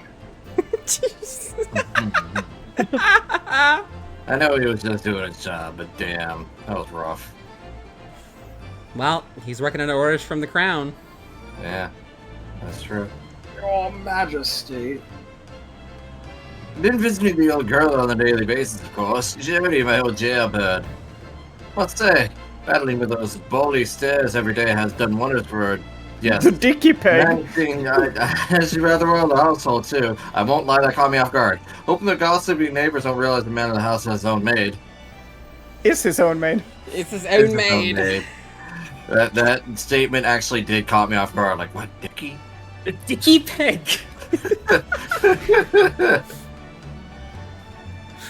Oh, Rowley is back on the feet again. Oh, thanks to the Reaper.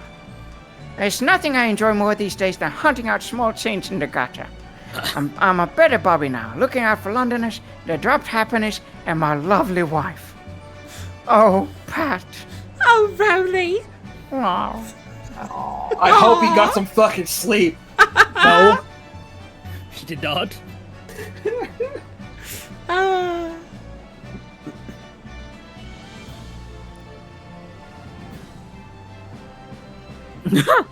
Looks like I'm going to be doing some time for a bit now. But Iris comes every day for a matter, so it ain't too boring. She's always going on about all them cases what Sholmes is looking into.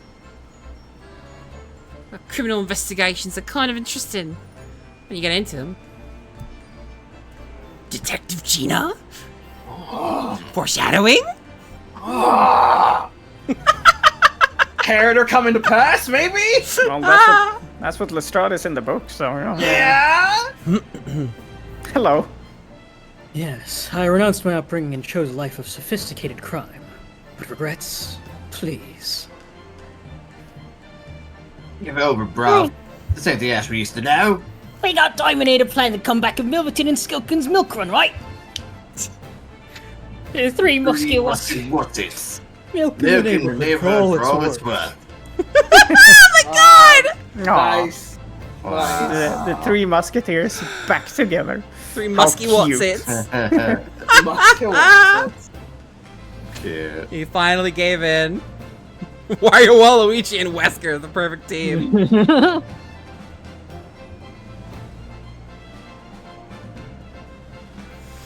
This past 6 months has been time I shall remember forevermore. painful goodbyes, and wonderful encounters, I've come to realize that that's what life's all about. Naruhodo-san, I promise, your assistant will return to you one day. But for now, I leave you with my many memories and a heartfelt wish that life will treat you well.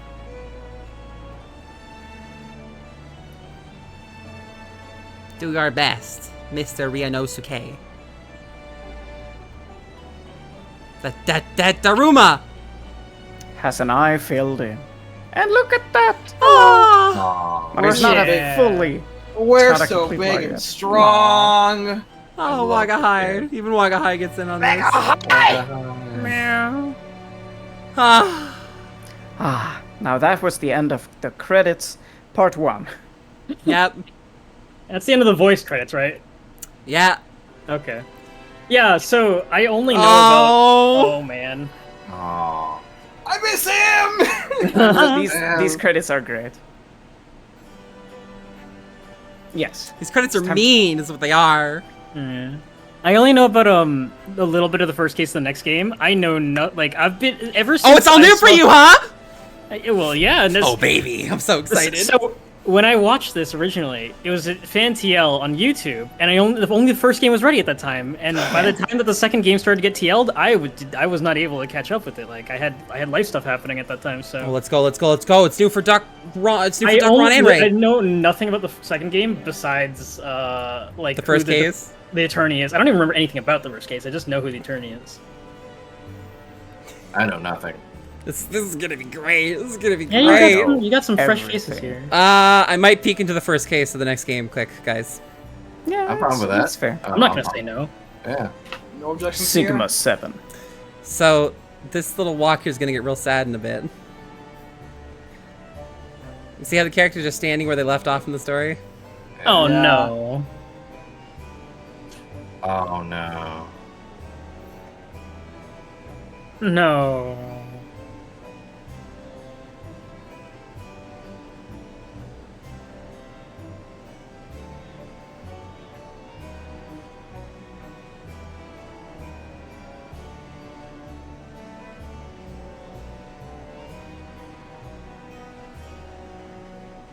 Sayonara. Goodbye. Farewell, partner.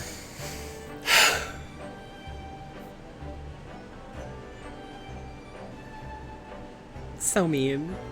It really made. Didn't even take his blade with him. Well, Because he There didn't it have is. it yet. Oh, that's right. Take up my sword.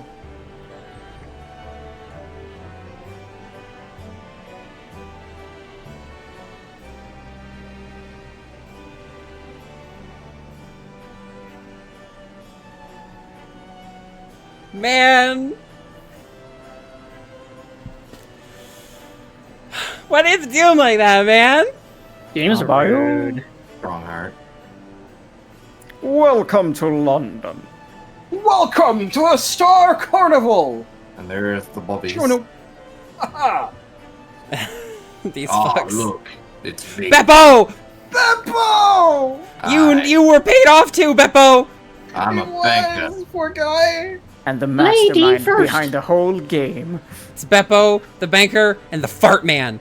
The bastard himself. Oh, I'm burning to death. Chat, I'm gonna pee really quick. Diddly real even bad. digestibles. But this credit's gonna keep going. Thank you, Janet Sue, for everything you do. I don't know if that's how She's you been pronounce after it. this since the fucking first game. She's been at it for a while. And thank her for it. Alright, so you're gonna walk with us? Yes. Yes. Yeah. Oh no. Here's a new party authority. Why not? Gregson, like Gregson. Le Gregson. Oh, Yeah. Gregson. You villain, you. She really is the only clean vector. Fuck's sake, not tell you. Oh, Emma too. Are you gonna join us, Swagai? Okay. Probably not. Tires. Come with us. Yes. Are you for? Hey, look, here I am in the background. The Baker Street Like boys my and girls. Jordans. Ah, I see you have Field Jordans. He sticks out his foot and trips Ryunosuke. Oh, and the boys. All the boys. So me and the boys. I'm alive. Can you imagine if Fancy started walking? Oh, with we're right here us? at the end. Yeah. We picked up Sholmes and Iris. Yeah. That's right. It's a cool party of 4. These 4. What What a Fighter, great thief, cast. cleric, wizard. I was gonna say who's which job. I mean, in Mr. that Rocco order. Cable Car and Tourism Company. Fighter, thief, cleric, wizard. Yeah, I suppose they would have to, contact museums and such to get the appropriate textures. Yeah, and information. Unlike Final Yeah. Fantasy XIV, who designed a 90-degree turn for the railway. Oh my god. Won't let it go. And thank you, Capcom. Capcom. That was adorable. A little snap. Yeah. In. Ah, what a game! This game Like rocked. real friends with the greatest attorney adventures we made along the way. This game rocked. What a video game! Game slaps. What if I told you Leg that the second will part be was thin. even better? Oh. You can't keep doing this to me! Goddamn. Oh my Goddamn. Yes, they can, Ray. You can't keep doing this to me, fucking Yukimura Nobuyuki out here! Goddamn. What if I told you that the next game is even better? I mean, I believe you. I This was think- very clearly a game that was set up to carry out another one. Yeah. Are we gonna I make think- time for the side stories? Eventually. Okay, eventually, okay. I think the first game is good, but, it's First game's like a lacking in some 9.5 out of department. 10. GA2, like a fucking 15 out of 10. This is my Goddamn. favorite Ace Attorney game ever. I can't wait. Fucking Phoenix, right at your heart out. Oh man, I remember this was in promo art for so long. I think this is Standing voiced. here in the bright sunshine, looking out over the vast ocean. Those days in London seem like a dream. But I do miss my time in England's vast capital.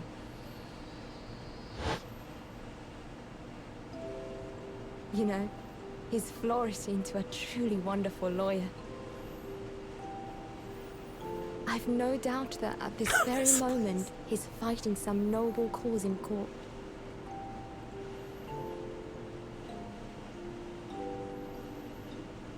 Forgive me for taking so long to come to visit you.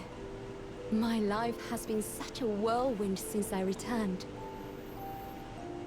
And no one could have predicted what has happened. Just 2 months after arriving home.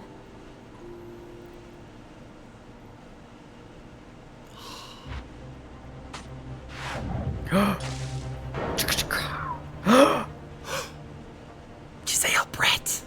Not again. So I came here today to ask something of you. Tomorrow, I shall be standing in court. For the only time in my life. As a lawyer. So welcome to the first case of Great Attorney 2. You're a lawyer, everybody. And the victim. I ask for your guidance. Kazuma-sama. I now control the speed at which we brat. So, Leg will be thin. Episode 1, The Adventure of the Blossoming Attorney. This one's fun. This one's fun. Oh, yeah. This one's fun. Back in Japan. A couple months Supreme Court later. of Judicature, Defendant Standing Chamber 3. Here I am again after 9 months. The Supreme Court of Judicature in Japan. I am gonna lean back and relax. I feel so nervous. But I must steel my nerves and find a way to compose myself. Oh, good. You're here. I had to struggle to not make him too old for a second. Oh no! I'm not gonna lie. I was like, wait, instantly. It doesn't do for a lawyer to be late. Oh, yes, good morning, sir. I hardly recognize you. You cut a fine figure, Counsel. But you look as white as a sheet, and those wide eyes aren't doing you any favors either. Oh dear. And the truth is, I'm so incredibly nervous, I feel utterly nauseated. I almost wish that I'd never been born. Goodness. Not the sort of thing a father hopes to hear from his daughter, I must say. Eugene Mikotoba, professor of medicine at the Imperial Yume University. A man who, earlier in his life, traveled to Great Britain to study the latest advances in forensic medical science. And of course, my brilliant father. Oh no. Oh, okay. Would I be correct in thinking you're to be my lawyer in court today? Oh, yes, that's right, miss. Well, I want to thank you for agreeing to represent me. I swear on my life. It's a complete fabrication, this whole thing. Ray Membami, born the same year as I and my greatest friend. Though unusual for a woman in our time, she works at the university research laboratory, helping my father. Duck, it's time to quack.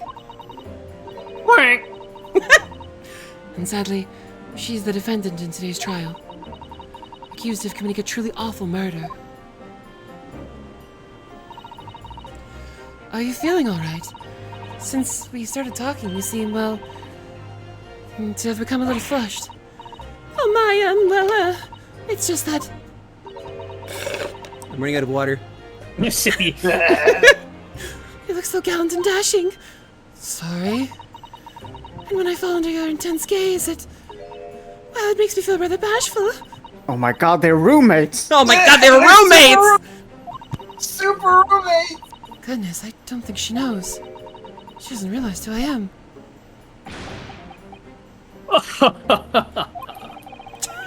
It would seem our little plan for this trial is going to work. Oh, what do you mean, Professor Mikotoba? If even your best friend can't see through the disguise, I think we can relax. Disguise? Yes, I've never tried dressing this way before, of course, so I wasn't sure how convincing it would be. But this does make me feel a little relieved, as you say, Father. Father? What? Is that you, Sasado? I'm so sorry I didn't say something sooner, Ray. It's just that... No! What are you doing? What's going on? What? That varsity uniform! That varsity cap! That varsity cape! That varsity badge! Look at you! You look for all the world just like a student of the Imperial University! A male student! I'm so glad you think so.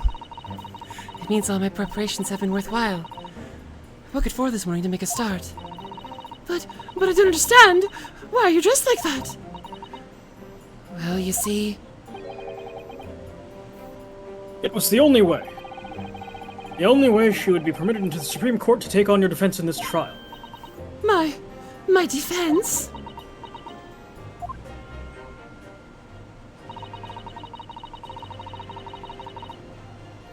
Never before in my life have I felt so frustrated at having been born into this body. Courts in Japan are barred to women. We're not even allowed to set foot inside the courtroom. Despite the fact that the laws of the land apply to all people, male and female alike. But women are forbidden! Just for today, I'll be leaving my true self at the courtroom door, so that I can act as your lawyer. Oh, Susato! You'd go to such lengths for me! Of course. You're my greatest friend. Damn! Really get him like that. I just worry that I shan't be the lawyer you deserve. Oh no! I have complete faith in you! What's up, Ray? What's up, Ray? No, I just said roommate. Roommates. It's open to interpretation. Ray. It's so strange, though. I mean, you're such an accomplished judicial assistant already, and yet just because you're a woman... What a wretched reason! I mean, why shouldn't you be allowed in court? You're so gallant and dashing. Friends. Oh, they're really roommates. Roommate! Amuro, I'm about to do something extremely open to interpretation. Ray. Oh, Jesus.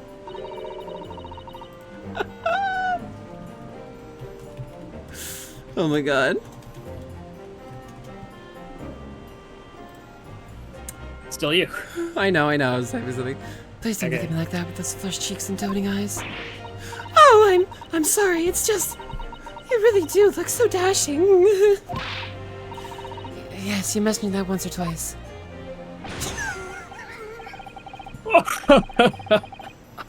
You should be pleased. It means you look convincing as a man. I don't think that's what all that should I mean. am pleased, I think. It certainly helped me to bolster my confidence today. Ray, you're managing to put on a brave face in all this, but I can see through it. I've noticed how your shoulders are slumped, and how you're trembling ever so slightly. I pay very close attention to you after all. Sorry. Jesus. Susato! You do believe me, don't you? I didn't do it. I couldn't have. I mean, murder! Of course. You have nothing to worry about. Your conscience is perfectly clean. Isn't that right? Yes. Yes, it is. Perfectly clean! I have absolutely no doubt in my mind about your innocence. Which is why I'll stand by you until the bitter end in this trial. Whatever happens, I'll always be on your side. Because that's what it means to be your defense lawyer. Means to be. That means so much to me, Susato. Defendant, counsel. Court is about to begin. Proceed to the courtroom at once. You should go in at once, Ray.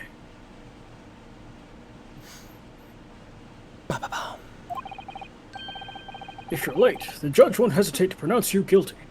Fuck, it's fucked up. Oh! Stand aside! Okay. I don't think I've ever seen her run so fast.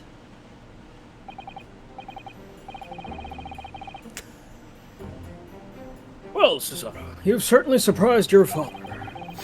Going to such lengths to be admitted to the courtroom and with no prior experience of being a lawyer.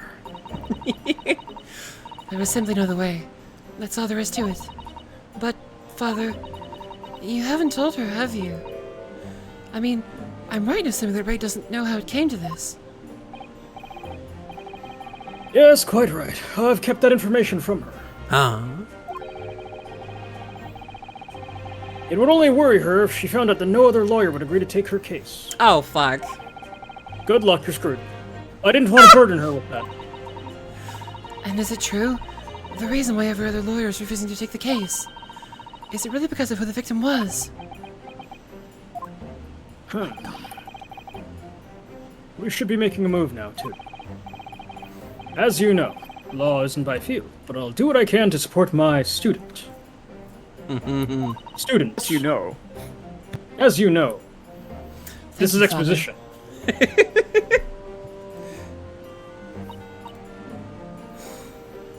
I am Susato Mikotoba, a judicial assistant. 8 months ago, I accompanied a student of law on a trip to Great Britain. But 2 months ago, due to unforeseen circumstances, I found myself back in Japan. How many times have I wished that he were here, I wonder? Still, I have no choice now but to steel myself for the trial ahead. Good luck, good luck. Wish me luck, Naruhodo-san. I did.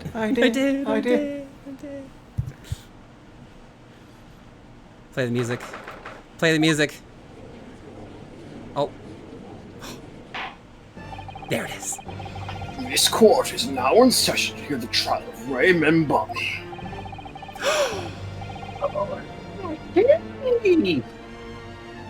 The prosecution is fully ready to proceed, Your Excellency. He has hair Yep. on top of his head. Yep. No, you don't know it's real. You know, We've been over this before. my balding pattern is quite similar. Yes. Is that Friday here, Christian? Winston. Whoa. VC4 liked this post. I very much so enjoyed this Whoa. first case greatly. It's Susato Migatoba, starring as Raido. Holy shit. BC4 liked this post. Holy shit.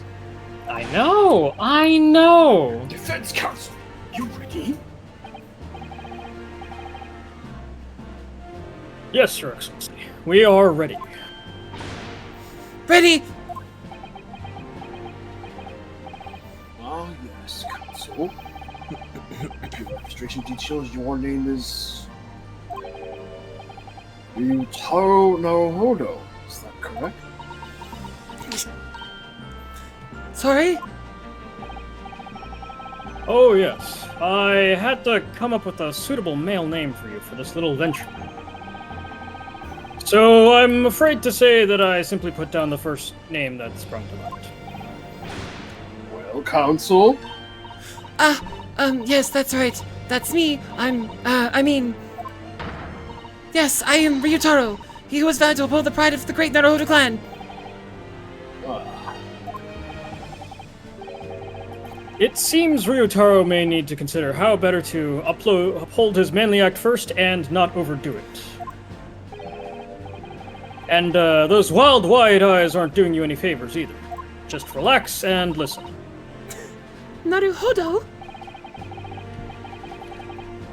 A fresh face in this courtroom, if I'm not mistaken, with a lot of drip. But the name Naruhodo, would that perchance be? You may be thinking of Ryunosuke Naruhodo, currently in Britain as part of a study program. This is, His cousin. That's right. Ryutaro here has been studying in the provinces, but was called to the capital for this trial. I assure you, in matters of law, his knowledge rivals that of any of Tokyo's preeminent lawyers. Any of them. Relax, please. Holy shit. What a pitiful situation. Having been rejected by every lawyer in the capital, the accused has to call in a country boy. How dare you! Susato's everybody's gallons and dashing as any of your Tokyo attorneys! I won't have you making fun of her! Who is Susato? Her? Oh, Please be careful, Ray. What an unrefined tomboy we have here. But I wonder, is your gallant and dashing lawyer up to the challenge of defending you? His wide, skittish eyes very much suggests that he is not. I'm so nervous. Now that I'm standing in his shoes, I'm trying to understand what Naruhodo-san goes through. In some strange I way, know, right? Like it or not, eyes are want to fit. In some strange way, I missed Ouchie. He's fun! The case to be heard on this day is a matter of great significance to our national interests. Thanks, Judge Hell. In fact, it would be reasonable to assume that the outcome of this trial may well affect the very future of our empire. Just like the trial 9 months ago. And yet for proceedings of such importance, we have this unknown yokel by the dock. Dear me! Perhaps this would be an appropriate moment for me to assess the defense, to determine whether you are sufficiently competent to practice in this court. 9 months ago, when a certain other Naruhodo stood where you're standing now, it's kind of like this case is a baby. The same judge tested him as well. And even though he was just a student at the time, not even of law, he passed this with flying colors. For a trained and experienced judicial assistant like you, this will be easy. So, counsel, do you consent to answering some simple questions? Alright, it's time to prove myself.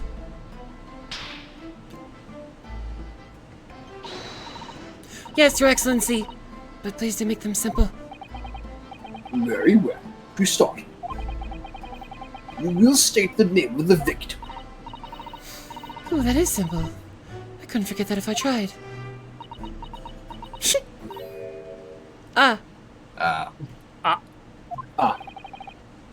What's the matter? Now that I'm standing in his shoes, I'm starting to understand something else Naruto-san goes through. Like it or not, minds want to blank. It's not surprising, really. It's your first time in this position, and in that guise... Even a bright spark like you is bound to flicker and falter a little under the circumstances. Oh dear, this is a dismal failure. Don't fret, you need only use the knowledge you've gained as a judicial assistant to overcome that problem. Of course, the court record. Yes, the answer will be amongst all the key information about the case in the court record. Well, did you brain... Sorry. No, you weren't gonna. I thought about it. That's right, just use E to open the court record. Then you need to flip to the people section with E. E. And don't take too long over it. His Excellency is watching you closely, and he knows that you're about to say us. Alright, check the court record with E. That's where the information I need will be. E. Oh, hey, Force report. Time of death is at 2 p.m. Death is believed to have been trauma due to the victims. What? Due to trauma to the victim's lung from a knife blade. There you go. A single wound was identified. They were stabbed. Stabbed. Oh no! Cause of Victim. death, single, deep stab wound from behind, piercing a lung and resulting in fatal hemorrhage. Death would have occurred within minutes. Notes, extreme meiosis, pupil constriction, was observed in both the victim's eyes. Oh. What does that say? It's me. Yujin Migotoba. It me. Yeah. My best friend. Roommate. They were roommates. Giselle Brett. She's the one who died. Yep. Damn. Yeah. We control the speed at which she breaths. She killed Wilson and she didn't get away with it. She stayed in the country after killing a man? It is I. Enjoy your business trip to Hawaii.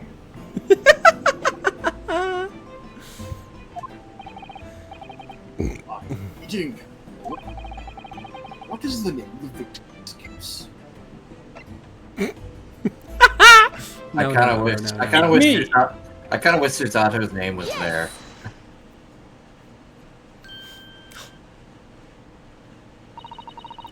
The name of the victim who lost her life in this case is Miss Giselle Brett.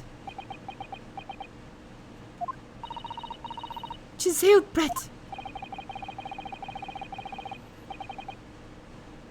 A name that will never be forgotten in the courtrooms fuck. of our country, I'm sure.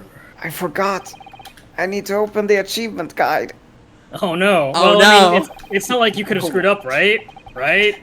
I think maybe we have. Oh, no. No. Oh You no. already missed one. Yup. Oh. That's Being okay. a member of We'll, our judiciary, you will be well aware of the significance of that name. There was one achievement this trial. we'll go back It and was- do it on stream next time. It'll be fine. Yeah, it's when we named the victim. Which option was it? As Out of Eugene. curiosity. Okay. So, let me pose another simple question. As you know, Miss Brett was visiting a student from the Empire of Great Britain. Why then is her name indelibly associated with our own empire's judicial history? Obviously, you won't have forgotten that case from 9 months ago. I hope. If it's proving hard to recall the finer points, everything you need is included in the court record. Obviously, I still remember. That was the start of everything. Giselle Brett, behind the woman student persona, was the face of...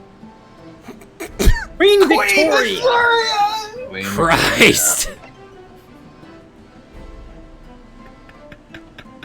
Mine. Oh, that's good. 9 months ago, a visiting professor of medicine at the Imperial Yume University was killed. And the culprit was Giselle Brett. Yes, she was a killer. A killer queen. Killer Queen Victoria. At the time, our country had just signed a new treaty with the Empire of Great Britain. And it was in the midst of this delicate diplomatic situation that the incident occurred. An Englishman, Dr. John H. Wilson, was shot dead. I believe he was an associate of yours, Professor Mikotoba. Yes, I was indebted to the man. He'd been my mentor when I went to London to study forensic medicine. Indeed, it was I who invited him here to Japan as a visiting professor at the university. You did this to him. Naturally, the murder of an Englishman on our soil was a matter the government wished to resolve rapidly. Indeed it was, which is why a secret trial was conducted here, Supreme. Secret trial. This fucking image. Student in Imperial Yuma University was arrested on suspicion of murder. And I got away with it too. Second English language student by the name of Ryunosuke Naruhodo.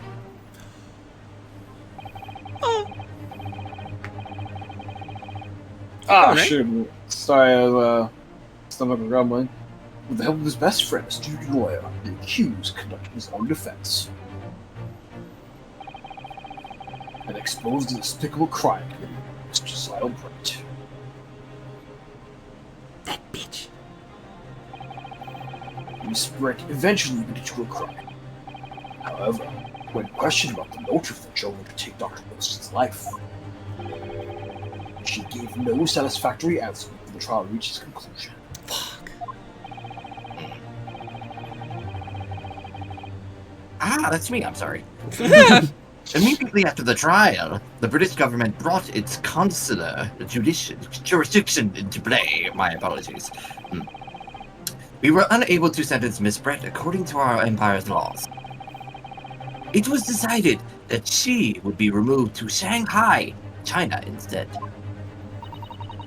Why Shanghai?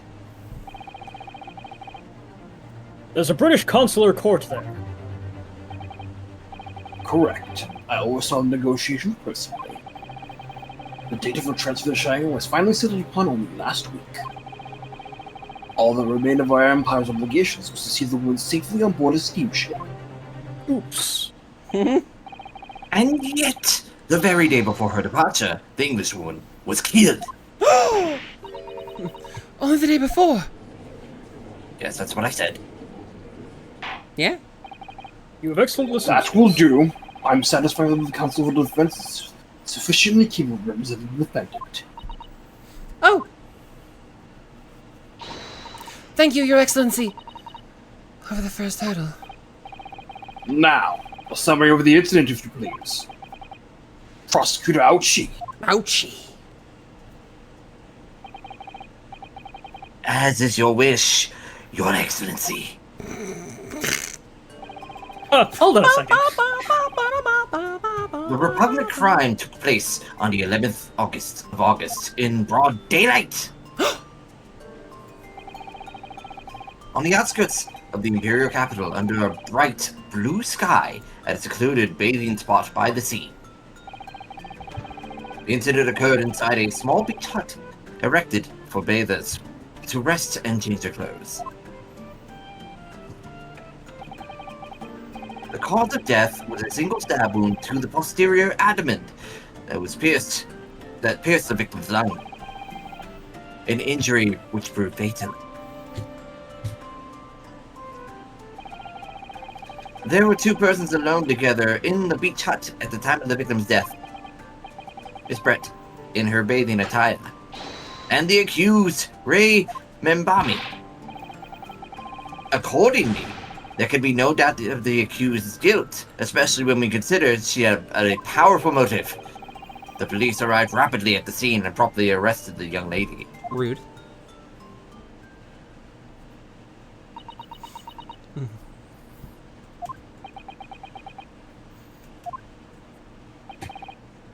Well, an extraordinary description of events leaves me somewhat lost for words, I must say. That's certainly true. The prosecution's summary was full of words that raise an awful lot of questions. As a lawyer, I really ought to pick up the prosecution's counsel and what he said. Being alone together. You're clearly exaggerating. Powerful motive is a blatant overstatement. Tut tut. Is the yokel boy using long words he doesn't fully understand? I beg your pardon? No matter.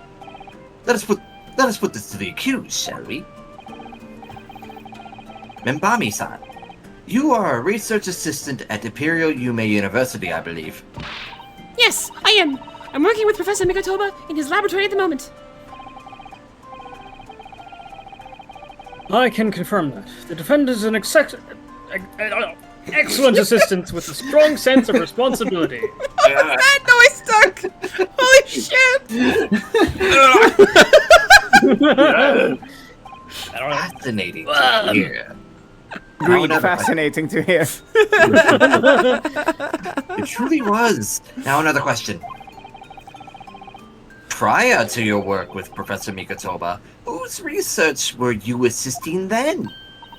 Oh, I was sitting under John H. Wilson. Dr. Wilson? The physique English version was murdered by Miss Brett 9 months ago? Oh my god. The accused had a deep-seated respect for her former mentor, Dr. Wilson. Is that not true? Yes, Dr. Wilson was a wonderful man. Interesting. And tell the court what deep-seated feelings you had towards the English woman who killed him. Well, obviously I'm filled with hatred for what she'd done. A powerful hatred. Oh. Oh no, Ray, be careful what you're saying. Oh dear. Ah. The motive was revenge! Plain and simple, Your Excellency. Well. Whoopsie! Well, it was clearly a trap all along. How wicked of him. How wicked of him to use Ray's undying That's my line, Tuck! enter against the... Oh, ah!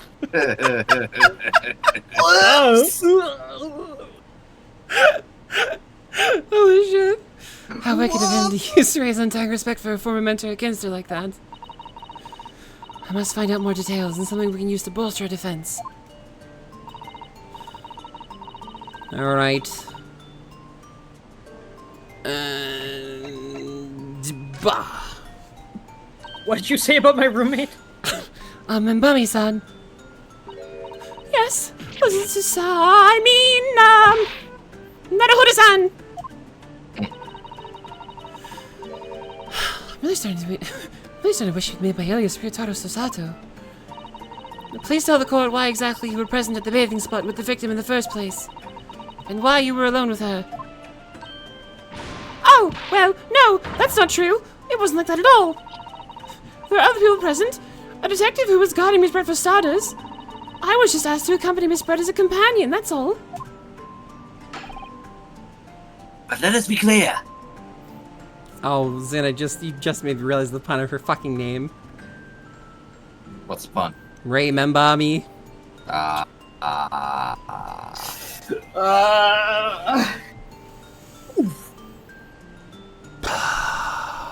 wonder if her favorite flowers forget me not.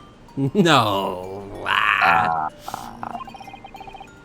At the moment of her death, you were alone together with the victim in the hut. You and no one else. The truth is, there is only one reason why this young woman accompanied Miss Brett on her bathing sojourn. It was the accused's last chance to take the victim's life. No! Because, as we know, the following day would see Miss Brett extradited to the British authorities in Shanghai.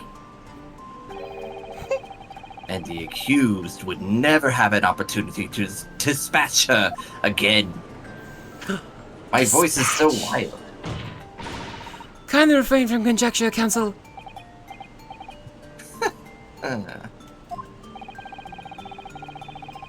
The prosecution counsel seems to enjoy using provocative tricks like that. But for now, at least, we need to assemble more facts. Try not to let him goad you. You're 2 for 2 right now. Oh dear, this is really terrifying, but Father's right. We need more information. This man has so many trap cards. If I may, Prosecutor Ouchie. What do you want, you fresh-faced young yokel student? I wonder, could you explain, please? You mentioned a bathing spot. My apologies. Clearly, my modernity has confused the poor country bumpkin's simple mind. Oh my god. Bathing spots are the very latest trend in health practices from the West. We are told that bathing in the water of the ocean is curative, therapeutic, and excellent for the skins. No, that's not what I meant. I was referring to the fact that Miss Brett had, to all intents and purposes, been found guilty of murder. Why would a known criminal have been relaxing by the sea?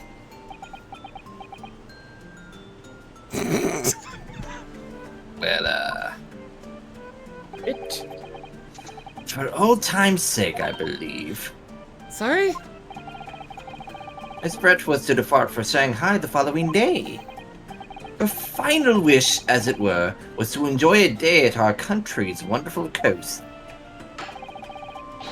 And the British Embassy put extreme pressure on our government to comply. Ah. But on what grounds did we agree to such a request? Because, as usual, our government is unable to stand up to foreign powers. Damn. In matters of diplomacy, it seems we don't even have the courage to decline the whims of a known criminal. Don't look at me, Professor. It was the government who granted permission, not I. In any case, it was decided that with the dedicated detective on duty, nothing could go wrong. About that. But in fact, a murder took place. I said don't look at me! It was a young student girl who did it, not I! No one has proved that yet.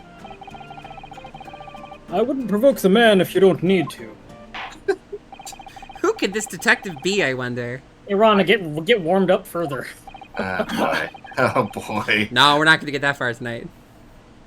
Despite her guilt being determined 9 months ago, Miss Brett managed to avoid incarceration, instead continuing her research work at the university. Insane. Kinda fucked up, yeah. Anyways, obviously, over that period, she and Ray would have encountered each other on a number of occasions. Seeing the murderer of the mentor for whom she had such great respect, enjoying such undeserved liberty. Yes, even if it was only temporary until Miss Brett's extradition to Shanghai. You can hardly blame Ray for his feelings of anger and resentment. Poor Ray.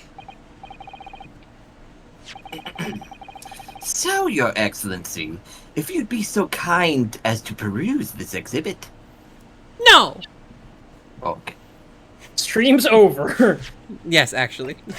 Before we get into the evidence proper and the account proper. of everything proper and the case proper, we're gonna leave it there. Proper. Ouchie. Almost 4 hours. Proper nouns. You know We who beat a our video lovely game. attorney is? You know did who beat our a lovely, video lovely, no. Ah, Name there we go. is? Who the defendant is? Or The what? case in question. Giselle Brett is dead, duh! Poggers. Word? Based murder, whoever did Base it. murder. It was Ray, actually. You know what? I'd let her. I'd get her off the case if she did it. I'd be like, whatever, cool murder. Sometimes it's okay to kill English people Murder is Damn. okay. in a video game. Well, all right, chat. We beat Greatest Attorney 1. Wow. Alright. Yeah. It was a wonderful, wonderful time. I'll try to see you tomorrow, and if I don't, I'll try to see you on Tuesday. Until then, goodbye. Goodbye. Bye-bye. Farewell. Wow. Meow.